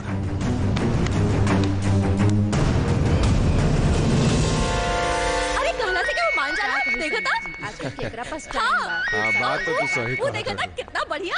हेलो। हाँ, कहाँ बड़ा? हम लोग अभी रेस्टोरेंट से खाना खा के निकल बनी। तू कहाँ बड़ा सुबह से? अरे कहीं ना भैया, दोस्तन के साथ। ठीक बा। पूछ ले, पता चल गया ना?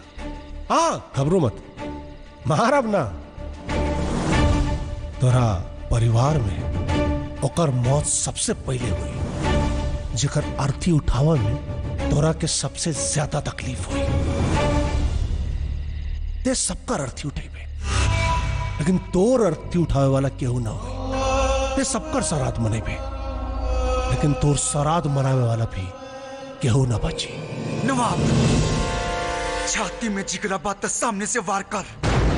चोर की तरह घात लगा के वार कर, मर्द के शोभा ना देला।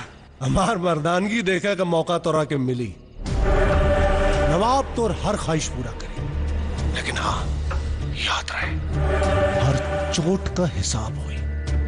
चल ते मातम मनावे के तैयारी में लग जो, हम जश्न मनावे जा रहे बानी।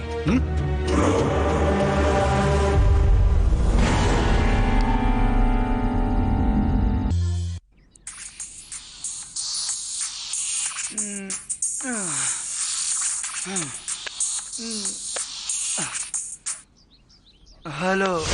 उठ जो बाबू, सवेर हो गए। जो चैन से सोए वाला इंसान के दिमाग में खलबली मचा दे,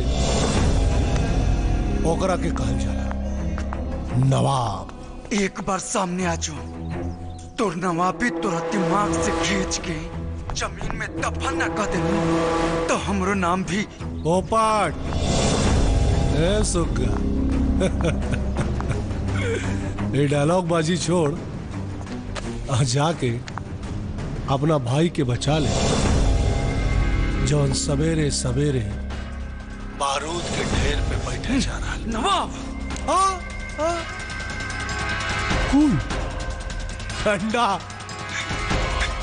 ठंडा रख दिमाग के, नहीं तो पाट जाएगी। दिखाओ दिखाओ बापन बब्बर गिरी और बचा ले अपना भाई के। भाग मुन्ना भाग।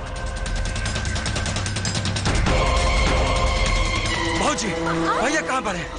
पता ना, वो तो सवेरे ही के निकल। अरे सुबह निकल पड़े, लेकिन कहाँ गिर पड़े? अरे बतावा तो पहले, बात कब? अरे छोड़ा भौजी। बाबूजी भैया कहाँ पड़े? हमरा कुछ मालूम नहीं है कहाँ गइल बा। अरे कुछ तो बताओ कहाँ गिर पड़े? हमके कुछ बता के नहीं गइल। बे बाबूजी। अरे बताओ तो का बात बा। ए बताओ।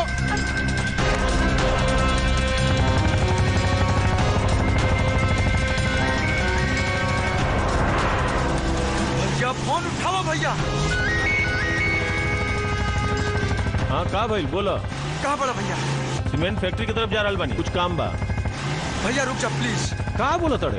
भैया हम कहता नहीं, रुक जा भैया। हेलो हम रुक जा। हेलो, हम बाद में बात करता नहीं, आवाज नहीं क्या आवाज। भैया भैया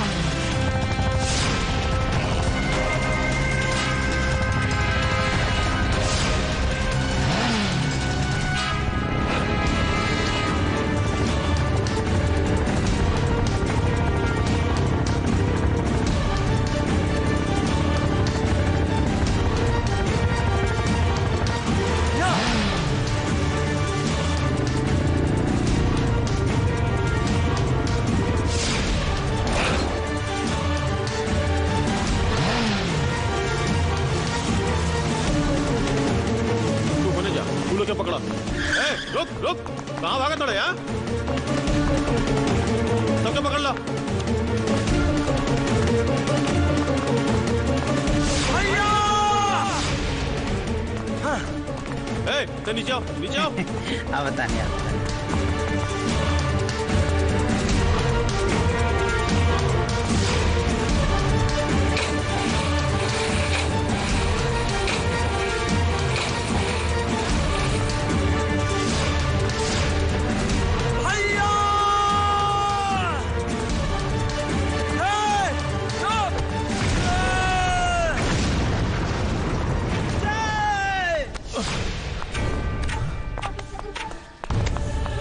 भैया कितना लोग प्रभावी बतवा रहे, अकेले रेड मारे अकेला, हर सिपाही के साथ में लेके आओ चाहिए।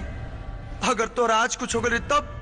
अरे हम पुलिस की नौकरी करी ना, मरे से का डर, लेकिन तू यहाँ अचानक कैसे? वो कहा ना भैया कि राती का सपना बहुत खराब निकल रही, यही से। हाँ अच्छा ठीक बात, तू घर जा। ठीक है हम चलता नहीं, तू आवा। हाँ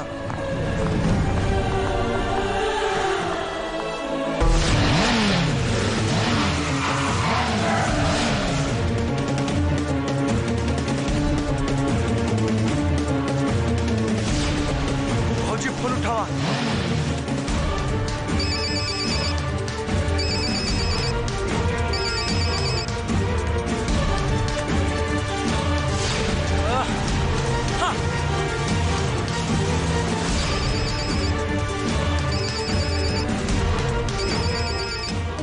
इ लड़का सही में पगला गइल बा एकदम।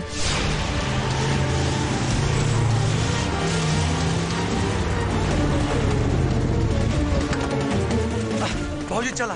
अरे कब से फोन करते नहीं उठावत क्या लिखूं? अब तू चला। अरे कहाँ चली? फेशियल करिए चला। अरे तू घर चला। अरे तो बात तो बताओ। बाबा अरे चला ना। रुको ना। अरे चला भौजी। हालत में मुंह तो धोई दा। अरे कहाँ चली? जल्दी बैठा। क्या बात तो बोले तो पहले।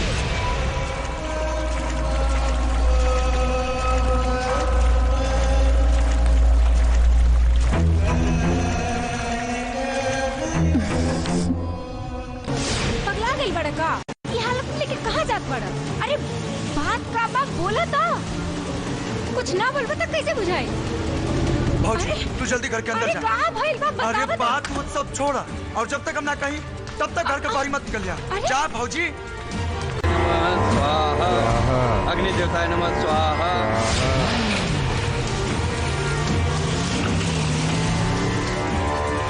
स्वाहा ओम सूर्याय नमः स्वाहा। अग्नि देवताय नमः स्वाहा।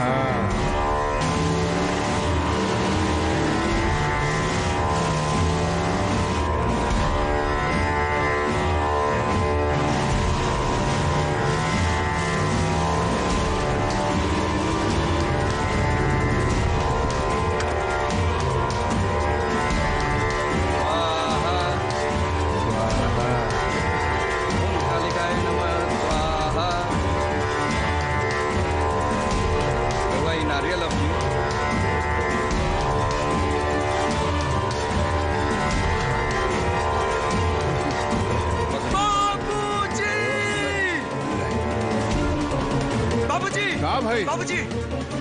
अरे अरे हवन तो पूरा कर देते भाई का। चले उठी बाबूजी। अरे कुछ समझ में नहीं क्या बात क्या करता है। चले बाबूजी घर चले। हम सब बताई। रेवा चल। अरे बात का बा कुछ बताइबा कि का भइल बा कहाँ जाए के बा। बाबूजी सब बताओ के टाइम रेवा जल्दी घरे पहुंची। अरे लेकिन पर भाई का बा कुछ समझ में नहीं क्या बात कहाँ जाए के बा। बेटा पुलिस लाइन लेके जाओ। ठीक बा भैया। हाँ जा ध्यान रखियो। हाँ चल भैया चल। हेलो जवन तू सवेरे से कर रहल बाड़े ना ओकरा के अर्थैया का नाच कहल जाला। अगर हम चाही ना तो तोरा शरीर के कुरेद कुरेद के एक एक चमड़ी निकाल के तोरा के लखनऊ के अजायब घर में रख दी तमाशा बना के। डायलॉग ना अभी तोरा डायलॉग बोले का टाइम नहीं ख्याल। खाली हम बोलब ते सुन। और हाँ तोरा के काला गत रे किते अपना घर वालन के बचा के 30 बार खा बन गई। वो लोग ऐसे जिंदा बाढ़ हैं कि हम ओकनी की जीवन दान देने ते ना बचौले।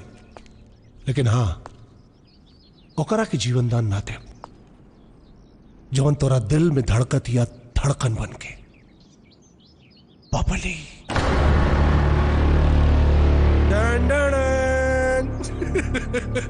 व्हाट्सएप पे लोकेशन भेज रहल बानी है बचा लियो ओकरा के। चल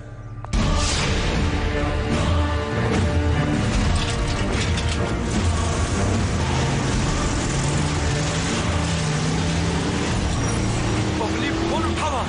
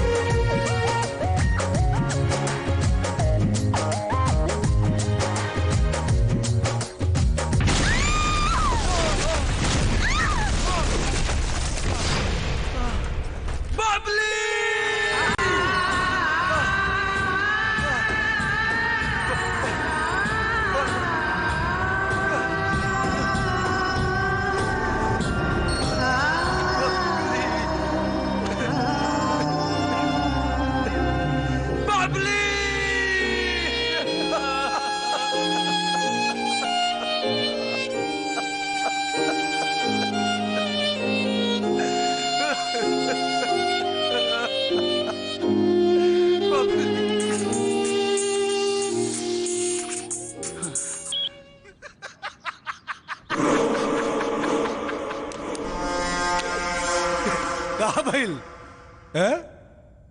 फट गई।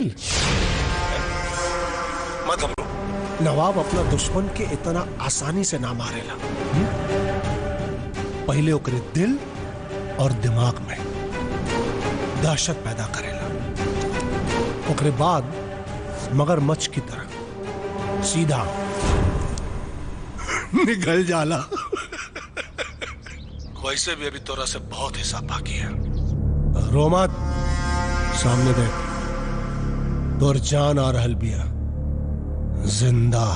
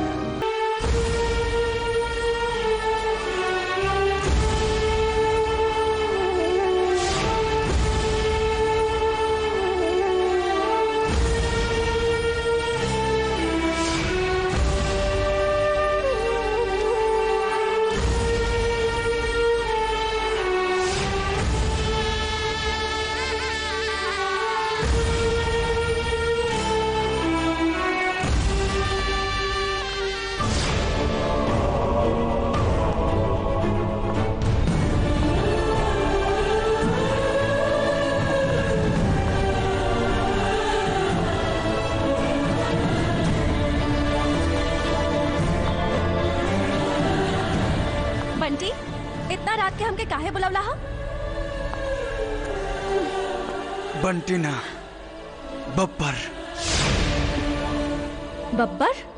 हाँ हाँ बब्बर, तुहार बब्बर। मतलब नवाब के सब आदमी के तू मर ले बाड़ा? अगर तू बब्बर हा होता, ये सब तो हमके पहले काहे ना बतावला? कभी कभी परिस्थिति बड़ा विपरीत हो जाला। हम ना चाहते रहे कि हमारे दूसरे रूप के बारे में केहू और जाने,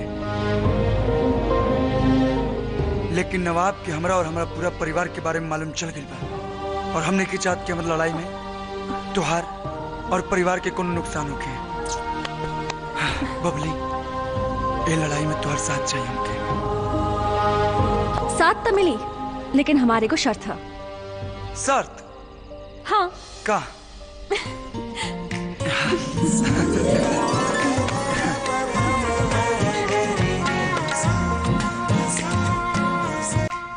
ये देखा, शादी में बंटी बबली की जोड़ी कैसन लगत बा? बहुत मस्त लगत बा, एकदम धमाल मचा देला दोनों के दोनों। अरे हवला दिखाई। आ बता नहीं। अरे जॉन कहा था नहीं, वो दिखाई ना, दूसरा मत दिखाई। दीदी, जीजा बाबूजी, है नहीं आई तो? हाँ हाँ। अरे जल्दी आई। हाँ हाँ भाई आ रहल बानी, इतना कौन जल्दी बा? का भाई काहे चिल्लात हवे? ई लीरा और हरिद्वार के टिकट। हरिद्वार के टिकट? अरे बेटा, अभी पिछले ही महीने तो हमने के हरिद्वार गए रहनी जा। अरे बाबूजी, भैया के नया नया शादी भइल बा, और शादी के बाद देवकुल के पूजा हमने के संस्कार में बा। अरे ये रुआ कैसे भुला गई? लेकिन ये सब अचानक, तू इतना समझदार कब से हो गई?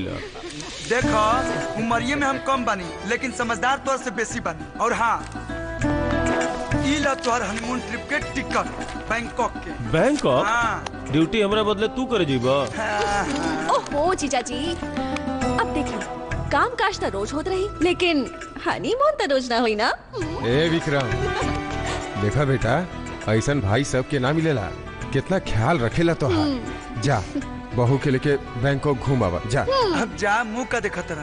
बाबूजी सामान पैक करा। जा, हम पैकिंग में मदद कर देता। माई तू जो तानी भी लिख बना। जा चलिए।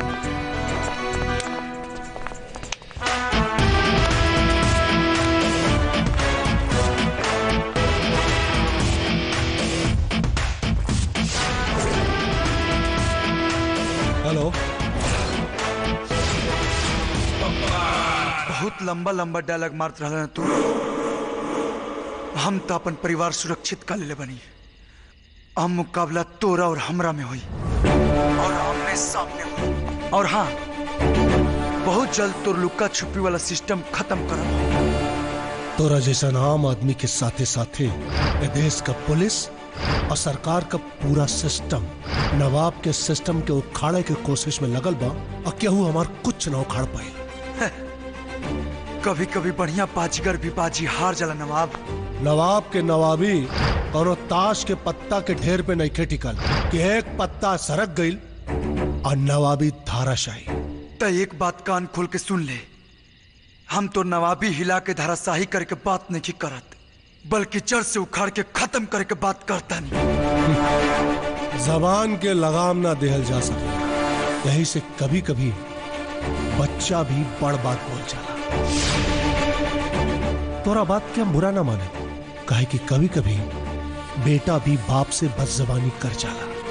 बाप के बेटा समझे के गलती मत करिए, ना तो यह बेटा एक दिन तोर बाप की याद दिलाती। बढ़िया। जब सांप का मौत आवे लेना तो नेवला के बिल के आपन बिल बता के नेवला से उलझ जाला और नतीजा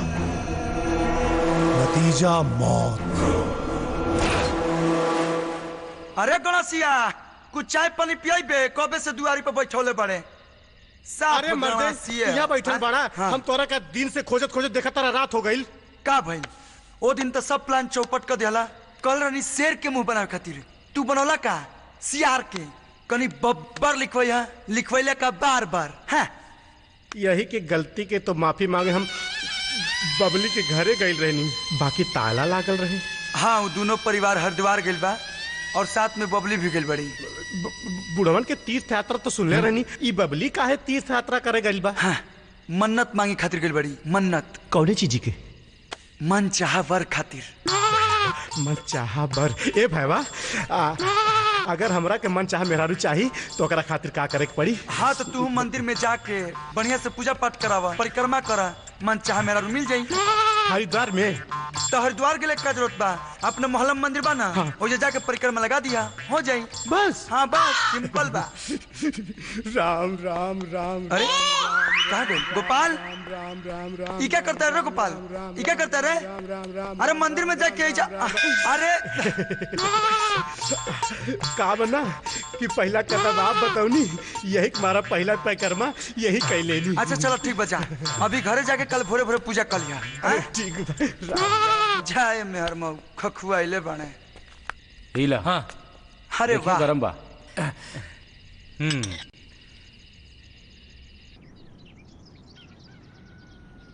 अरे हाँ ठीक बा, बस अरे जल्दी आ जाए यार, चिंता का। सॉरी सॉरी के लौकत नहीं के? अरे ओहो सॉरी सॉरी।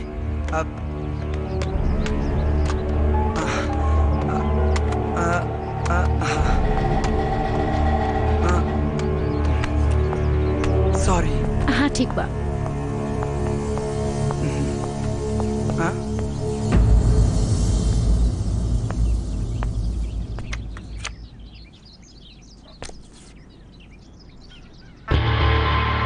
शक्ति?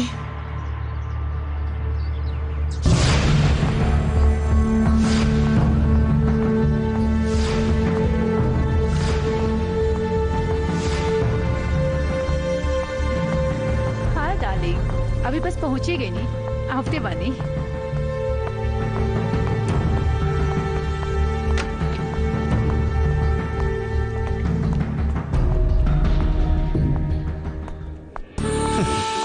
कहाँ रहलू हा?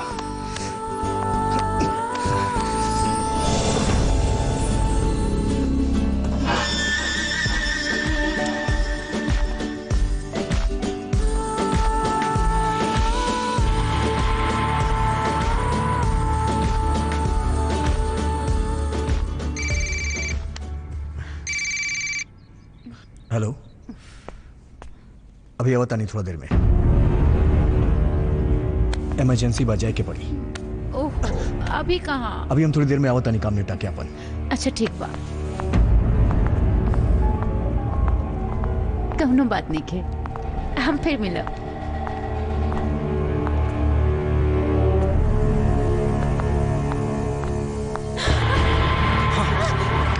चुप, एकदम चुप, तनिको आवाज ना।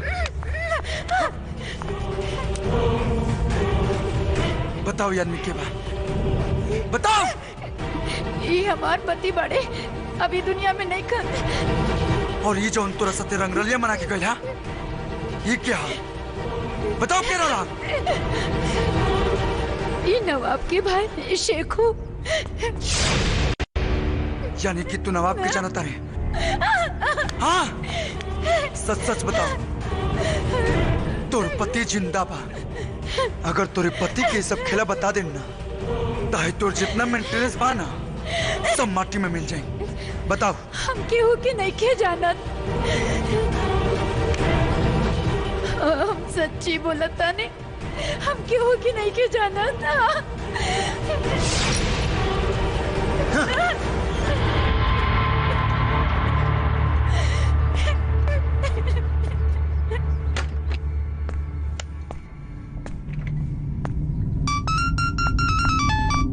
अरे पोपट, हमरा तक पहुंचे खातिर सीढ़ी बनौता रह गई लेते हैं। चिंता मत कर, तोरा के आसमान से लाके जमीन पर पटके खातिर हमरा के एगो पत्थर मिल गइल बा।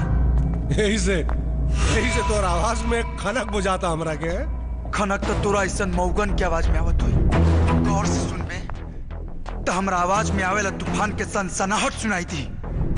वैसे तोरा जानकारी खातिर बता दी कि तोर भाई तोरो से बड़ अय्यास बा। होश में बात कर। घबरो मत, यही पत्थर के उछाल के तोरा के आसमान से सीधे जमीन पर पटका।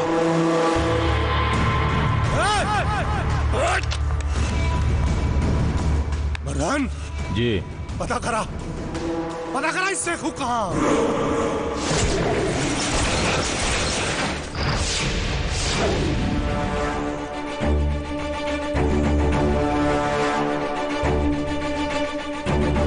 उस दिन तो दिल में आया था कि मार दूं तुझे, लेकिन दिमाग ने रोक लिया। लेकिन तुझे जिंदा रखना काम आ गया। लेकिन तू जिसे बचाने के लिए मरने को तैयार है ना, वो तुम्हारे जान के जिस्म के साथ खेल रहा है। मतलब मैं तुम्हारी बीबी की बात कर रहा हूं। बहुत खूबसूरत है, ऊपर से लेकर नीचे तक ऐसी मदमस्त कि किसी की भी नीयत खराब हो जाए। तुम तो जानते हो कि नवाब का भाई ऑलरेडी कितना कैरेक्टरलेस है। मेरी बीबी के बारे में एक शब्द भी मत बोलना। लड़कियों का धंधा करता है ना तू? जब खुद की बीबी के साथ हुआ तो चिल्ला क्यों रहा है? ना जाने तूने इस देश की कितनी लड़कियों की इज्जत बेची है। फिर तुम्हारे साथ तो ऐसा होना ही था। तुम मेरे पास कैद में हो और उसने तुम्हारे घर को कोठा बना दिया है। और तुम्हारी बीबी को तो नवाब के बारे में कुछ पता ही नहीं है। चल तू बता दे कि नवाब कहाँ है, नहीं तो तेरी बीबी को तेरे पास ला दूंगा। बैठ के हनीमून मनाते रहना। मैं सच कह रहा हूँ, मैंने आज तक नवाब को देखा तक नहीं। हाँ, मेरी बीबी उसके बारे में जरूर जानती है। नवाब और रीना के रिश्ते के बारे में मुझे पता था, लेकिन शेखू के बारे में बताकर तुमने मेरी आंखें खोल दी। रीना ही तुमको नवाब तक पहुंचा सकती है, लेकिन हाँ, नवाब कोई छोटा मोटा आदमी नहीं है जिसे तुम मार सको। मेरी मासूमियत पे मत जाओ, गौर से देखो। मौत के परवाने भी मुझसे जिंदगी की भीख मांगते हैं। और हाँ, नवाब की मौत तो मेरे हाथ से ही लिखी है।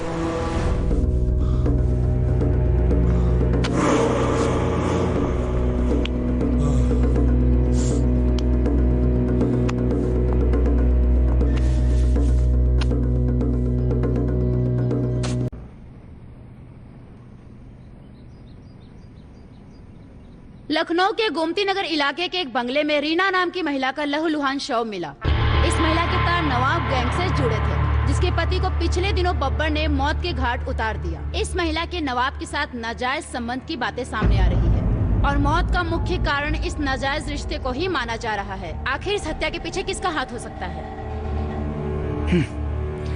खेल ले, जितना खेले के नवाब खेल ले। मौत के सौदागर ही मौत से डरेला।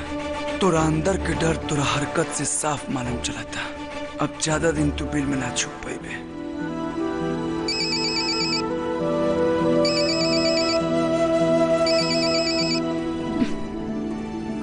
कहो देवर जी का हाल बा? हाँ भौजी हम तो ठीक बानी। और खूब मजा लेत बाड़ू न बैंकॉक में। अरे का खाक मजा लेता नी, हमरा यहाँ पे होटल में छोड़ के चल गइल बड़े, न कुछ करत आड़े न कुछ कहत आड़े। अरे मिला तो देवे कोई नहीं, शादियों ब्याह करा देनी, अब वो हमारे करा के पड़ी। अरे जरूरी थोड़े बा कि मर्दे पहले पहल करे, मेहरारू भी पहले पहल कर सकेले। फोन रखा तनी, बाकी तो समझदार बड़ी। ठीक बा, बुझ गई नी।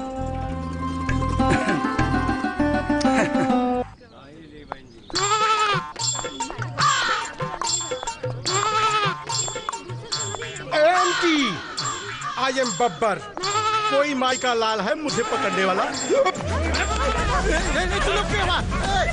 हम बब्बर है, तो ना छोड़। अच्छा फोन रख, बाद में बात करेंगे। खोल खोल खोल। अरे कौना लील बानर के उठा लिया इला? क्या बब्बर? सच बोल के बाड़े? I am Babbar. Manoj tiger का डुप्लीकेट बब्बर बाड़े थे? अरे हम कहा था नहीं ना कि हम बानी बब्बर, ई देख ली। बब्बर मारा एक रख, मारा न जा सारे।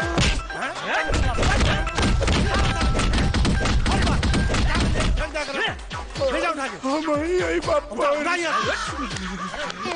ले जा दोबारा लौका के ना चाहिए।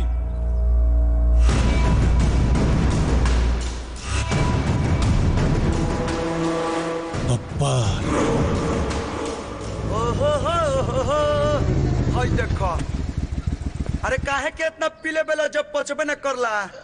जाना घर सुता है भैया। हट यार, हट। ए गोपाल, अरे का भइल? अरे रुक रुक रुक। अरे का भइल तोरा? ए का भइल? तोरा आइडिया के चक्कर में पिटा गई नहीं। कौन मरला सा? कौन मरला सा? बब्बर के कौन मार देलस? वो न दुनिया मरला सा। न दुनिया कहाँ कहाँ मरले बा? कैसे बताई? अच्छा चल तोरे को हॉस्पिटल ले चल। तोरे साथे न जा भाई, भाई ले अपन हम चल जाब। अरे जेबे तो फिर बबली बब्बर। अरे जाए दे बबली के, जान रही तो बहुत बबली आई है। अरे बबली बब्बर के प्यार कर ले, फिर तोरा के ना मिली। अरे बबली तो हमार जान लेके रही। अरे राम, ठकल बब्बर बनी, उठा गए बढ़िया से। चल बेटा।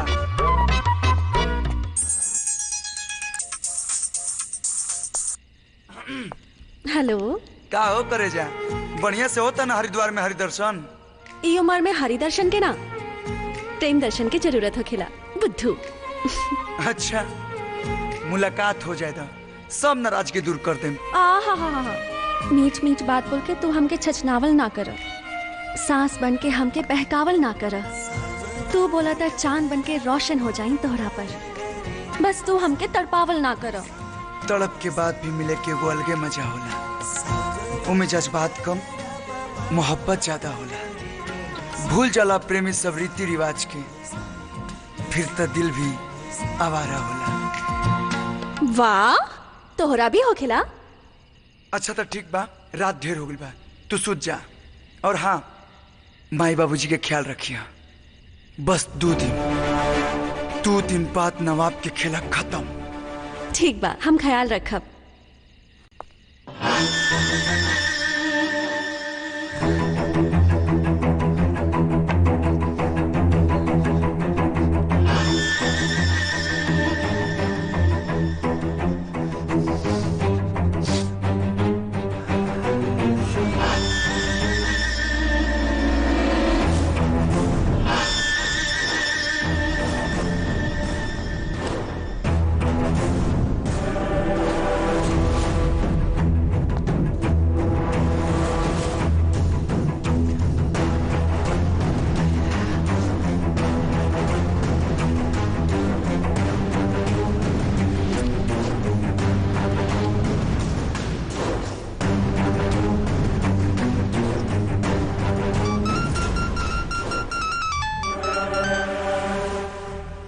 हाँ बोल शेखू।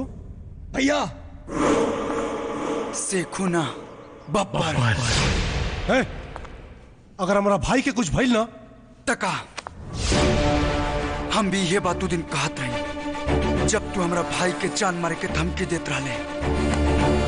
और एक बात ख्याल रखिए, ते डाल डाल चले ना तो हम बात बात चलेगा। हम साहब के पूछना सीधे फन पकड़ ले। हम भी जानता नहीं कि तोर जान तोरा भाई में बसेला। अच्छा कैले कहानी के क्लाइमेक्स तक लिए ले। अब तक इस शहर में तबाही होता है, लेकिन अब आसमान गिरी और तोरा साथे साथे ये शहर भी इतिहास के पन्ना में दर्ज हुई। सुन, आसमान जब भी गिरेला तो गरीब के झोपड़ी से ज्यादा माल दबा कर। अब जितना जोर लगावे के बाद लगा ले, लेकिन क्लाइमेक्स खत्म करब हम।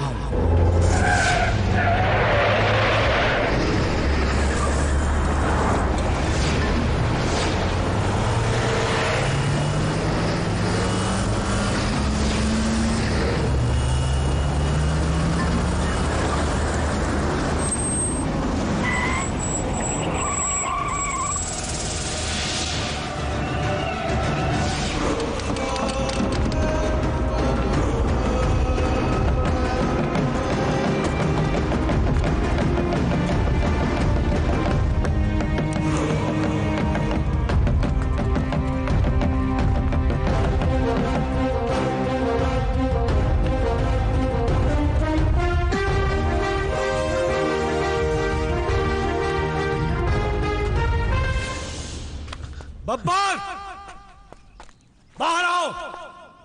बहुत शौक रहे तोरा के हमरा से मिला के ना। तो देख, पूरा शहर पे राज करे वाला नथुनी सिंह उर्फ नवाब तोरा सामने खड़ा बा।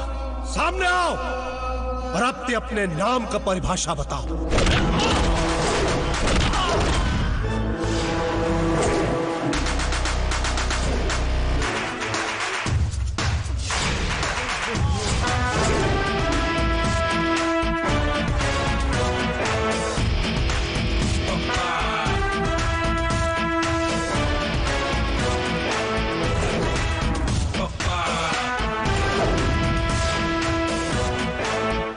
देश के सिपाही के मस्तक पर विराजमान बा वो बब्बर। जे विशाल जंगल के शान बा वो बब्बर। जे हर सिक्का के दूसरा पालू पे नजर आवे वो बब्बर। जे अपना पंजा के एक बार से शिकार के मौत के घाट उतार दे वो बब्बर। और तोरा जैसन गुरूर वालन के गुरूर के चकनाचूर कर दे वो बब्बर। परिभाषा तो बहुत बड़ बा, लेकिन तोरा पास वक्त बहुत कम बा। एंट्री तो बहुत बढ़िया मरले बड़े, लेकिन तोरा के पता नहीं के क्या मौत का बिजनेस करी और तोरा से बड़ बड़ शेरन का शिकार कैले बानी। बात के लंबा मत खींच, मर्दन वाला बात सुन। अकेले अकेले दू हाथ कर ले, अभी पता चल जाए कि केकरा छाती में कितना बड़ कलेजा बा। तोर कलेजा कितना बड़ बा अभी पता चल जाए। काहे कि तोरा खातिर बहुत बड़ तोहफा लेके आइल बानी। सोनालाल, तोहफा पेश करा सर। निकल।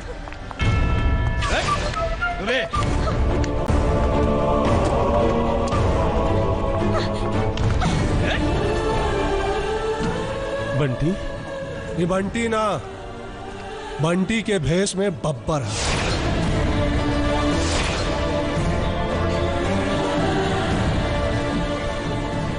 लेकिन एक बात का तारीफ कर भाई कि आज तक इतना साल में जवन काम तो हर पुलिस डिपार्टमेंट ना कर पौलस ई कदला नवाब के बाहर निकले पे मजबूर कदलसी। लेकिन एकरा के ई ना पता रहे कि अगर नवाब बाहर आ गई तो एकर कान जाम हुई।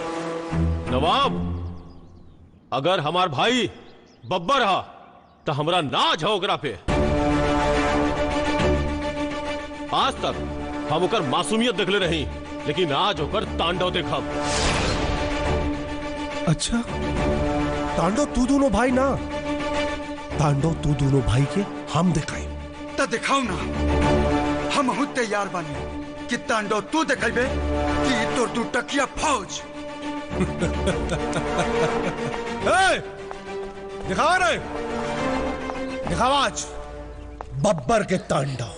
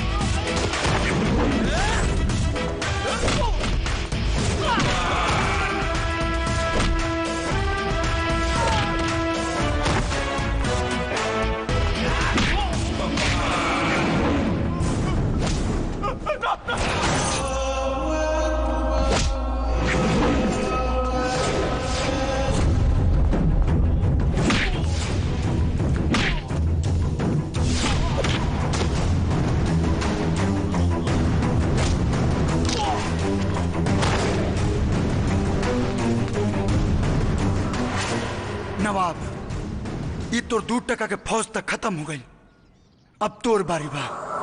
रोड पर अब तक तो हम तोर लेवल चेक करत रहनी कि कितना पावर है तोरा में। अब हमारी ब्लैकमैन बताइए कि हमरा में कितना पावर है।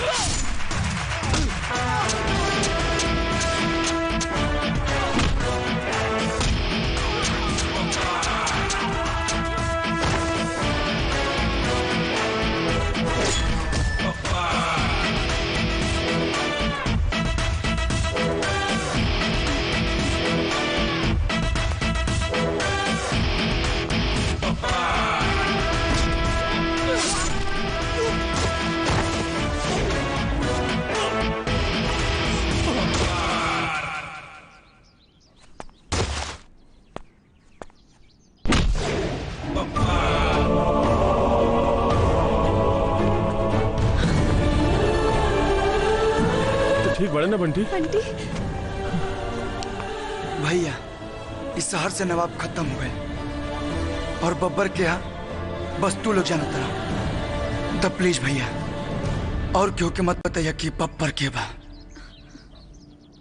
अब जब जब शहर में संकट आई तब तब बब्बर वापस आई। रखिया के सोझाए जान रही तुहरे पे टिकल ध्यान।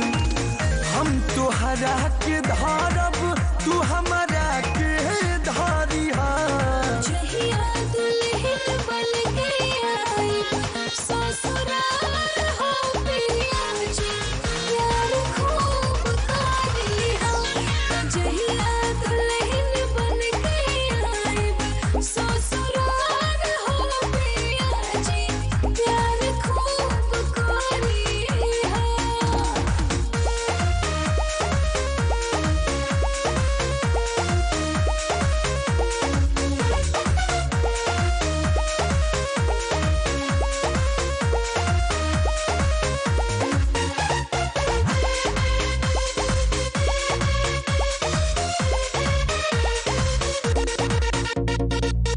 उठ के लाली चीखे के मनबा मन करता धान हो।